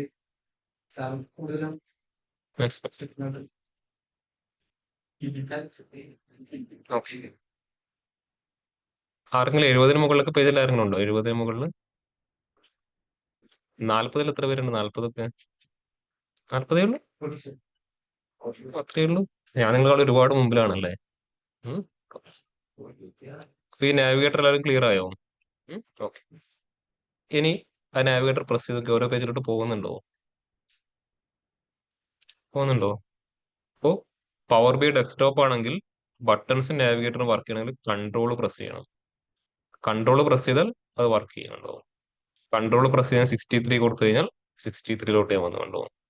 തിരിച്ചു പോകാൻ ഓപ്ഷൻ ഇല്ല കേട്ടോ, മാനുവലി തന്നെ പോകേണ്ടി വരും. അങ്ങോട്ട് പോകാനേ പറ്റൂ. ഇനി ഞാൻ 60 സെലക്ട് ചെയ്തു, 60ലെത്തി. തിരിച്ചു പോകാൻ എന്ത് ചെയ്യേണ്ടി വരും? വീണ്ടും 64ലോട്ട് മാനുവലി വരിക. ഇല്ലെങ്കിൽ പിന്നെ എന്ത് ചെയ്യേണ്ടി വരും? എല്ലാ പേജസിലും ഈ നാവിഗേറ്റർ കൊണ്ടുപോയി പ്ലേസ് ചെയ്യേണ്ടി വരും. ക്ലിയർ ആയോ? ഞാൻ നേരത്തെ കളിച്ച റിപ്പോർട്ടിൽ അതാ ചെയ്തിരിക്കുന്നത്. 3 പേജിൽ എന്തുണ്ട്? നാവിഗേറ്റർ കൊണ്ടുപോയി പ്ലേസ് ചെയ്തു. പക്ഷെ ആദ്യമേ പോയിട്ട് ഇതുപോലെ കൊണ്ടുപോയി പ്ലേസ് ചെയ്തത് ഫസ്റ്റ് ഒരു പേജിൽ എന്ത് ചെയ്യാം? നാവിഗേറ്റർ വെച്ചിട്ട് അതിൽ ചെയ്യേണ്ട എല്ലാ കസ്റ്റമൈസേഷനും ചെയ്യാം. എന്നിട്ട് ബാക്കിയുള്ള പേജസിലോട്ട് കൊണ്ടുപോകുന്നത് കുറച്ചുകൂടെ നല്ലതായിരിക്കും. കാണിച്ചു തരാം എന്തൊക്കെയാണ് ചെയ്യാൻ പറ്റുന്ന കാര്യങ്ങൾ. ഞാനിവിടെ ഈ ഒരു പേജിലാണ് ഇപ്പോൾ ഉള്ളത്. ഇപ്പൊ ഇവിടെ ഏത് പേജ് സെലക്ട് ആയിരിക്കുന്നത്? 64. എങ്ങനെയാ മനസ്സിലായത്? നേരത്തെ കണ്ടീഷൻ തന്നെ. സെലക്ട് ചെയ്തതിന്റെ മാത്രം ബാക്ക്ഗ്രൗണ്ട് കളർ ബ്ലാക്കും അതിന്റെ ടെക്സ്റ്റിന്റെ കളർ വൈറ്റും.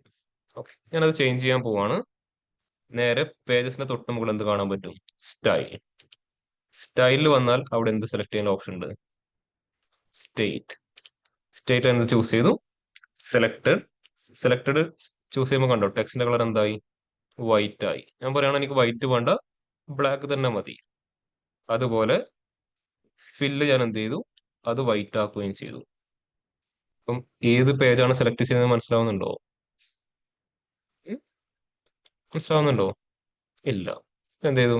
സെലക്ടഡ് കണ്ടീഷനും ഡിഫോൾട്ട് കണ്ടീഷനും ഒരുപോലെ ആക്കി വെച്ചു. മനസ്സിലായില്ലേ? സെലക്ടഡ് കണ്ടീഷനും ഡിഫോൾട്ട് കണ്ടീഷനും ഒരുപോലെ. ഞാൻ ഈ ഇതെന്ത് ചെയ്തു? നാവിഗേറ്റർ കോപ്പി ചെയ്തു, പേജ് 63 അത് പേസ്റ്റ് ചെയ്തു, പേജ് 62ലും അത് പേസ്റ്റ് ചെയ്തു. തിരിച്ച് എല്ലാവർക്കും ഓക്കെ അല്ലേ? അപ്പം ഓരോ പേജിലും ഏതാണ് സെലക്ട് ചെയ്തത് മനസ്സിലാവുന്നുണ്ടോ? ഇല്ല. അപ്പോൾ ഇതിനു വേണ്ടി ഞാനൊരു സ്പെഷ്യൽ ട്രിക്ക് യൂസ് ചെയ്യാണ്. ഞാനൊരു ഇമേജിനെ ഇൻസേർട്ട് ചെയ്യാൻ പോവാണ്. ഞാൻ ഇൻസേർട്ട് ടാബിൽ എലമെന്റ് ഗ്രൂപ്പിൽ എന്ത് കാണാൻ പറ്റും? ഇമേജ് അവിടെ ഇൻസേർട്ട് ചെയ്തു. ഞാൻ ഇവിടുന്ന്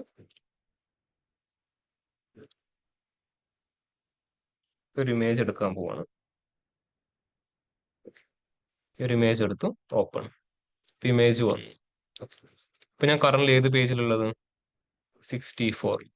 ഞാൻ ഈ ഒരു ടിക്ക് മാർക്ക് നേരെ പോയിട്ട് 64ന്റെ കൂടെ പ്ലേസ് ചെയ്തു. ഓക്കെ, ഇപ്പൊ നിങ്ങൾക്ക് എന്ത് മനസ്സിലാക്കാം? ഏത് പേജ് സെലക്ട് ആയിരിക്കുന്നത്? 64. ഇനി ഞാൻ എന്ത് ചെയ്യുന്നു? ഈ ഇമേജ് ഇവിടുന്ന് കോപ്പി ചെയ്തു, പേജ് 63ലോട്ട് വന്നു. ഇവിടെ എവിടെയായിരിക്കും ഇമേജ് പ്ലേസ് ചെയ്യേണ്ടി വരിക? 63യുടെ കൂടെ. ഇനി ഞാൻ നേരെ 62ലോട്ട് വന്നു. എവിടെയായിരിക്കും പ്ലേസ് ചെയ്യേണ്ടി വരിക? 62യുടെ കൂടെ. ഓക്കെ, എന്ത് ചെയ്യുന്നു? ഞാൻ ഇവിടെ 63 സെലക്ട് ചെയ്യുന്നുണ്ടോ? 64 സെലക്ട് ചെയ്യുന്നു. ഏത് പേജിലുള്ളത് എന്ത് ചെയ്യും? ആ ഒരു ഇമേജ് ത്രൂ എനിക്ക് മനസ്സിലാക്കാൻ പറ്റും കണ്ടോ.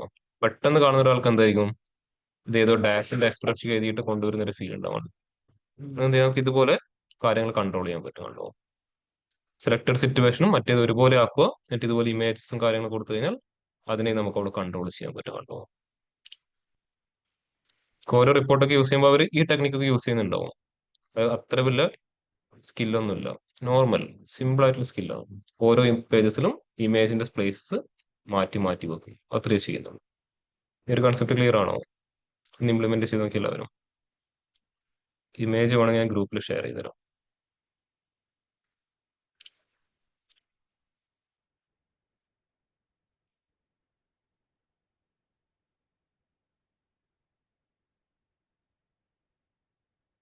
പിന്നെ ഇമേജ് ഒക്കെ യൂസ് ചെയ്യുമ്പോൾ മാക്സിമം PNG ഇമേജസ് ഡൗൺലോഡ് ചെയ്ത് വെക്കുക കേട്ടോ. അത് പറയാനുള്ള റീസൺ, PNG ഇമേജ് ആകുമ്പോൾ എന്താവും, അത് ബാക്ക്ഗ്രൗണ്ടുമായിട്ട് ഈസിലി മാച്ചപ്പ് ആയിട്ട് പോകും. ഞങ്ങളുടെ ഗ്രൂപ്പിൽ ആ ഒരു ഇമേജ് ഷെയർ ചെയ്തിട്ടുണ്ട്, നമുക്ക് വേണമെങ്കിൽ അത് യൂസ് ചെയ്യാം. ഓൺലൈൻ ഈ ഒരു കൺസെപ്റ്റ് പ്രോപ്പർ ആയിട്ട് ഇംപ്ലിമെന്റ് ചെയ്തൊന്ന് ഹാൻഡ് റൈസ് ചെയ്ത് ഈ ഒരു കൺസെപ്റ്റ് പ്രോപ്പറായി സർ ഞാൻ നമ്മൾ ലീവ് ചെയ്യാണ്. ഒരു Yeah, കോൾ you- വരുന്നുണ്ട്. ഓക്കെ ഓക്കെ ഞാൻ റെക്കോർഡിങ്സ് കേട്ടിട്ട് അപ്ഡേറ്റ് ആണ്. ഓക്കെ ശരി ശരി. Thank you.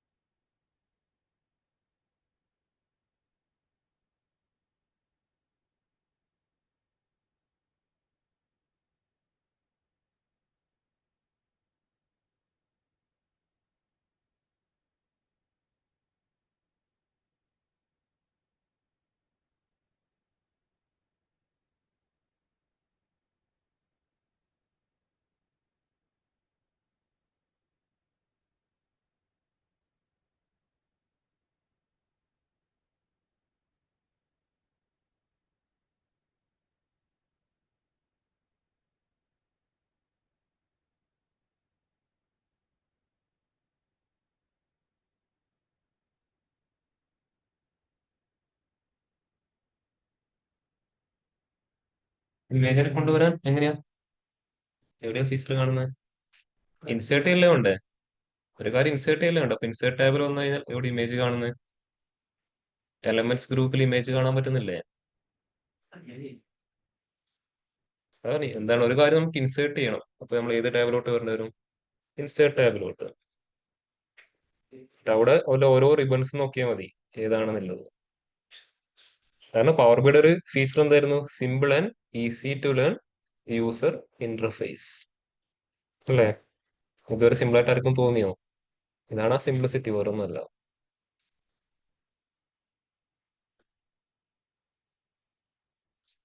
ഓരോന്നിന്റെ മുകളിൽ മൗസ് പോയിന്റ് വെച്ച് കഴിഞ്ഞാൽ അത് എന്താണെന്ന് അവിടെ കാണിച്ചു തരുകയും ചെയ്യും.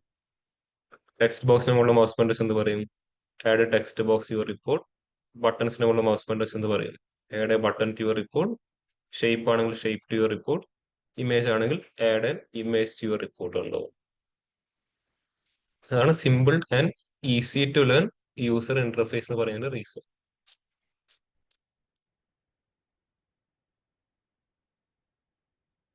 നിങ്ങൾ ഡാക്സ് പഠിച്ചു, ഡാക്സിൽ ഓരോ ഫംഗ്ഷൻസിന്റെ പേര് കണ്ടിട്ടില്ലേ? ഇത്രയും സിമ്പിൾ ആയിട്ട് ഒരു പേര് കൊടുക്കാൻ പറ്റുമോ? സെയിം പീരിയഡ് ലാസ്റ്റ് ഇയർ, ആ ഫംഗ്ഷൻ ഇതിനേക്കാളും സിമ്പിൾ ഒരു പേര് ആർക്കും സജസ്റ്റ് ചെയ്യാൻ പറ്റുമോ? ഇല്ല. ഫംഗ്ഷന്റെ പേര് തന്നെയാണ് അത് എന്താണെന്നുള്ളത്. ഇപ്പൊ ഒരു ഇന്റർവ്യൂ വരെ ചോദിക്കുവാണെങ്കിൽ സെയിം പീരിയഡ് ലാസ്റ്റ് ഇയർ എന്തിനു യൂസ് ചെയ്യും? ആൻസർ ആള് തന്നെ പറഞ്ഞല്ലേ. അതൊന്നും തിരിച്ചു പറഞ്ഞ ലാസ്റ്റ് ഇയറിന്റെ സെയിം പീരിയഡ്. അത് പറഞ്ഞ ആ ഫംഗ്ഷൻസിന് അങ്ങനെ ഒരു പ്രത്യേകത സം. പിന്നെ അതിന് പ്രോപ്പർ എക്സ്പ്ലനേഷൻ്റെ ആവശ്യമില്ല. സം എക്സ് ആകുമ്പോൾ ഒന്ന് എക്സ്പ്ലെയിൻ ചെയ്യേണ്ടി വരും. പിന്നെ today, now, U T C today, U T C now, ഈ ഡേറ്റ്, ഈ ഓ മന്ത്, ഇതൊക്കെ ഫംഗ്ഷന്റെ പേര് പറയുമ്പോൾ തന്നെ ഫംഗ്ഷൻ ഏതാണെന്ന് എക്സ്പ്ലനേഷൻ പോയി. ഈവൻ ഓൾ ആയാലും ഓൾ സെലക്ടഡ് ആയാലും പോലും ഫംഗ്ഷന്റെ പേര് തന്നെ അത് എന്താണെന്നുണ്ടല്ലേ. ഓൾ മീൻസ് എന്താണ്? എല്ലാം. ഓൾ സെലക്ടഡോ സെലക്ട് ചെയ്തവർ മാത്രം ഒരുമിച്ച്. ആ പേര് തന്നെ എല്ലാം അവർ കൊടുത്തിട്ടുണ്ട്. കാൽക്കുലേറ്റ്, നമുക്ക് ആവശ്യമായിട്ടുള്ള ഒരു കാൽക്കുലേഷൻ മാത്രം ചെയ്യാൻ. ഇതെല്ലാവർക്കും ചെയ്യാൻ പറ്റുന്നുണ്ടോ? ഓൺലൈൻ എല്ലാവർക്കും ചെയ്യാൻ പറ്റുന്നുണ്ടോ? Yes, ഇപ്പോൾ sir. റിപ്പോർട്ടൊക്കെ ക്രിയേറ്റ് ചെയ്യുമ്പോൾ ഒരു പേജിൽ നിന്ന് അടുത്തോട്ട് പേജിലോട്ട് പോകാൻ ഒരു കൂടുതൽ യൂസ് ചെയ്യുന്നത് ഈ ഒരു നാവിഗേറ്ററിന്റെ കൺസെപ്റ്റ് ആയിരിക്കും. എല്ലാ പേജിലും ഇതുപോലെ നാവിഗേറ്റർ കൊണ്ടുവെക്കും. ആ സെലക്ട് ചെയ്ത കണ്ടീഷൻ മനസ്സിലാക്കാൻ ഒന്നുകിൽ മെഷീൻ തരുന്ന നോർമൽ സിറ്റുവേഷൻ യൂസ് ചെയ്യാം, അല്ലെങ്കിൽ ഇതുപോലെ ഇമേജസ് വെച്ചിട്ടുള്ള പരിപാടി എന്ത് ചെയ്യാം, ട്രൈ ചെയ്ത് നോക്കാം. ഇതല്ലെങ്കിൽ വേറൊരു മെത്തേഡ് കൂടി ഉണ്ട്, അത് ഞാൻ നെക്സ്റ്റ് ക്ലാസ് എന്ത് ചെയ്യാം, എക്സ്പ്ലെയിൻ ചെയ്ത് തരാം. അപ്പൊ നാളത്തെ ക്ലാസ്സിലായിരിക്കില്ല, നാളത്തെ ക്ലാസ് എന്തായിരിക്കും, സെമിനാർ ആയിരിക്കുമല്ലോ. കംപ്ലീറ്റ് എല്ലാവരും ചെയ്യേണ്ടി വരും. 1.5 മണിക്കൂർ 2 മണിക്കൂർ അടുത്ത സമയമല്ലേ, എല്ലാവർക്കുള്ള ടൈം ഉണ്ടാവും. എല്ലാവർക്കും പനിയും തലവേദനയൊന്നും വരാൻ പോകുന്നില്ലല്ലോ? ഇല്ലല്ലോ? ഓക്കെ. ഇതുവരെ ഇല്ലാത്തത് ഉണ്ടാക്കി വെക്കരുത് കേട്ടോ. ഓക്കെ. നിങ്ങൾ മാക്സിമം ഒന്ന് ട്രൈ ചെയ്ത് നോക്ക്, നിങ്ങളെ കൊണ്ട് ചെയ്യാൻ പറ്റുമോ ഇല്ലയോ എന്നുള്ള കാര്യം. ഓക്കെ. ഓൺലൈൻ ലീവ് ചെയ്യുന്നവർ ലീവ് ചെയ്തോളൂ. എന്തെങ്കിലും ഡൗട്ടോ കാര്യങ്ങളോ ചോദിച്ചോളൂ. ബാക്കി എന്ത് ചെയ്യാം, നെക്സ്റ്റ് ക്ലാസ്സിൽ ഡിസ്കസ് ചെയ്യാം. ശരി എന്നാൽ.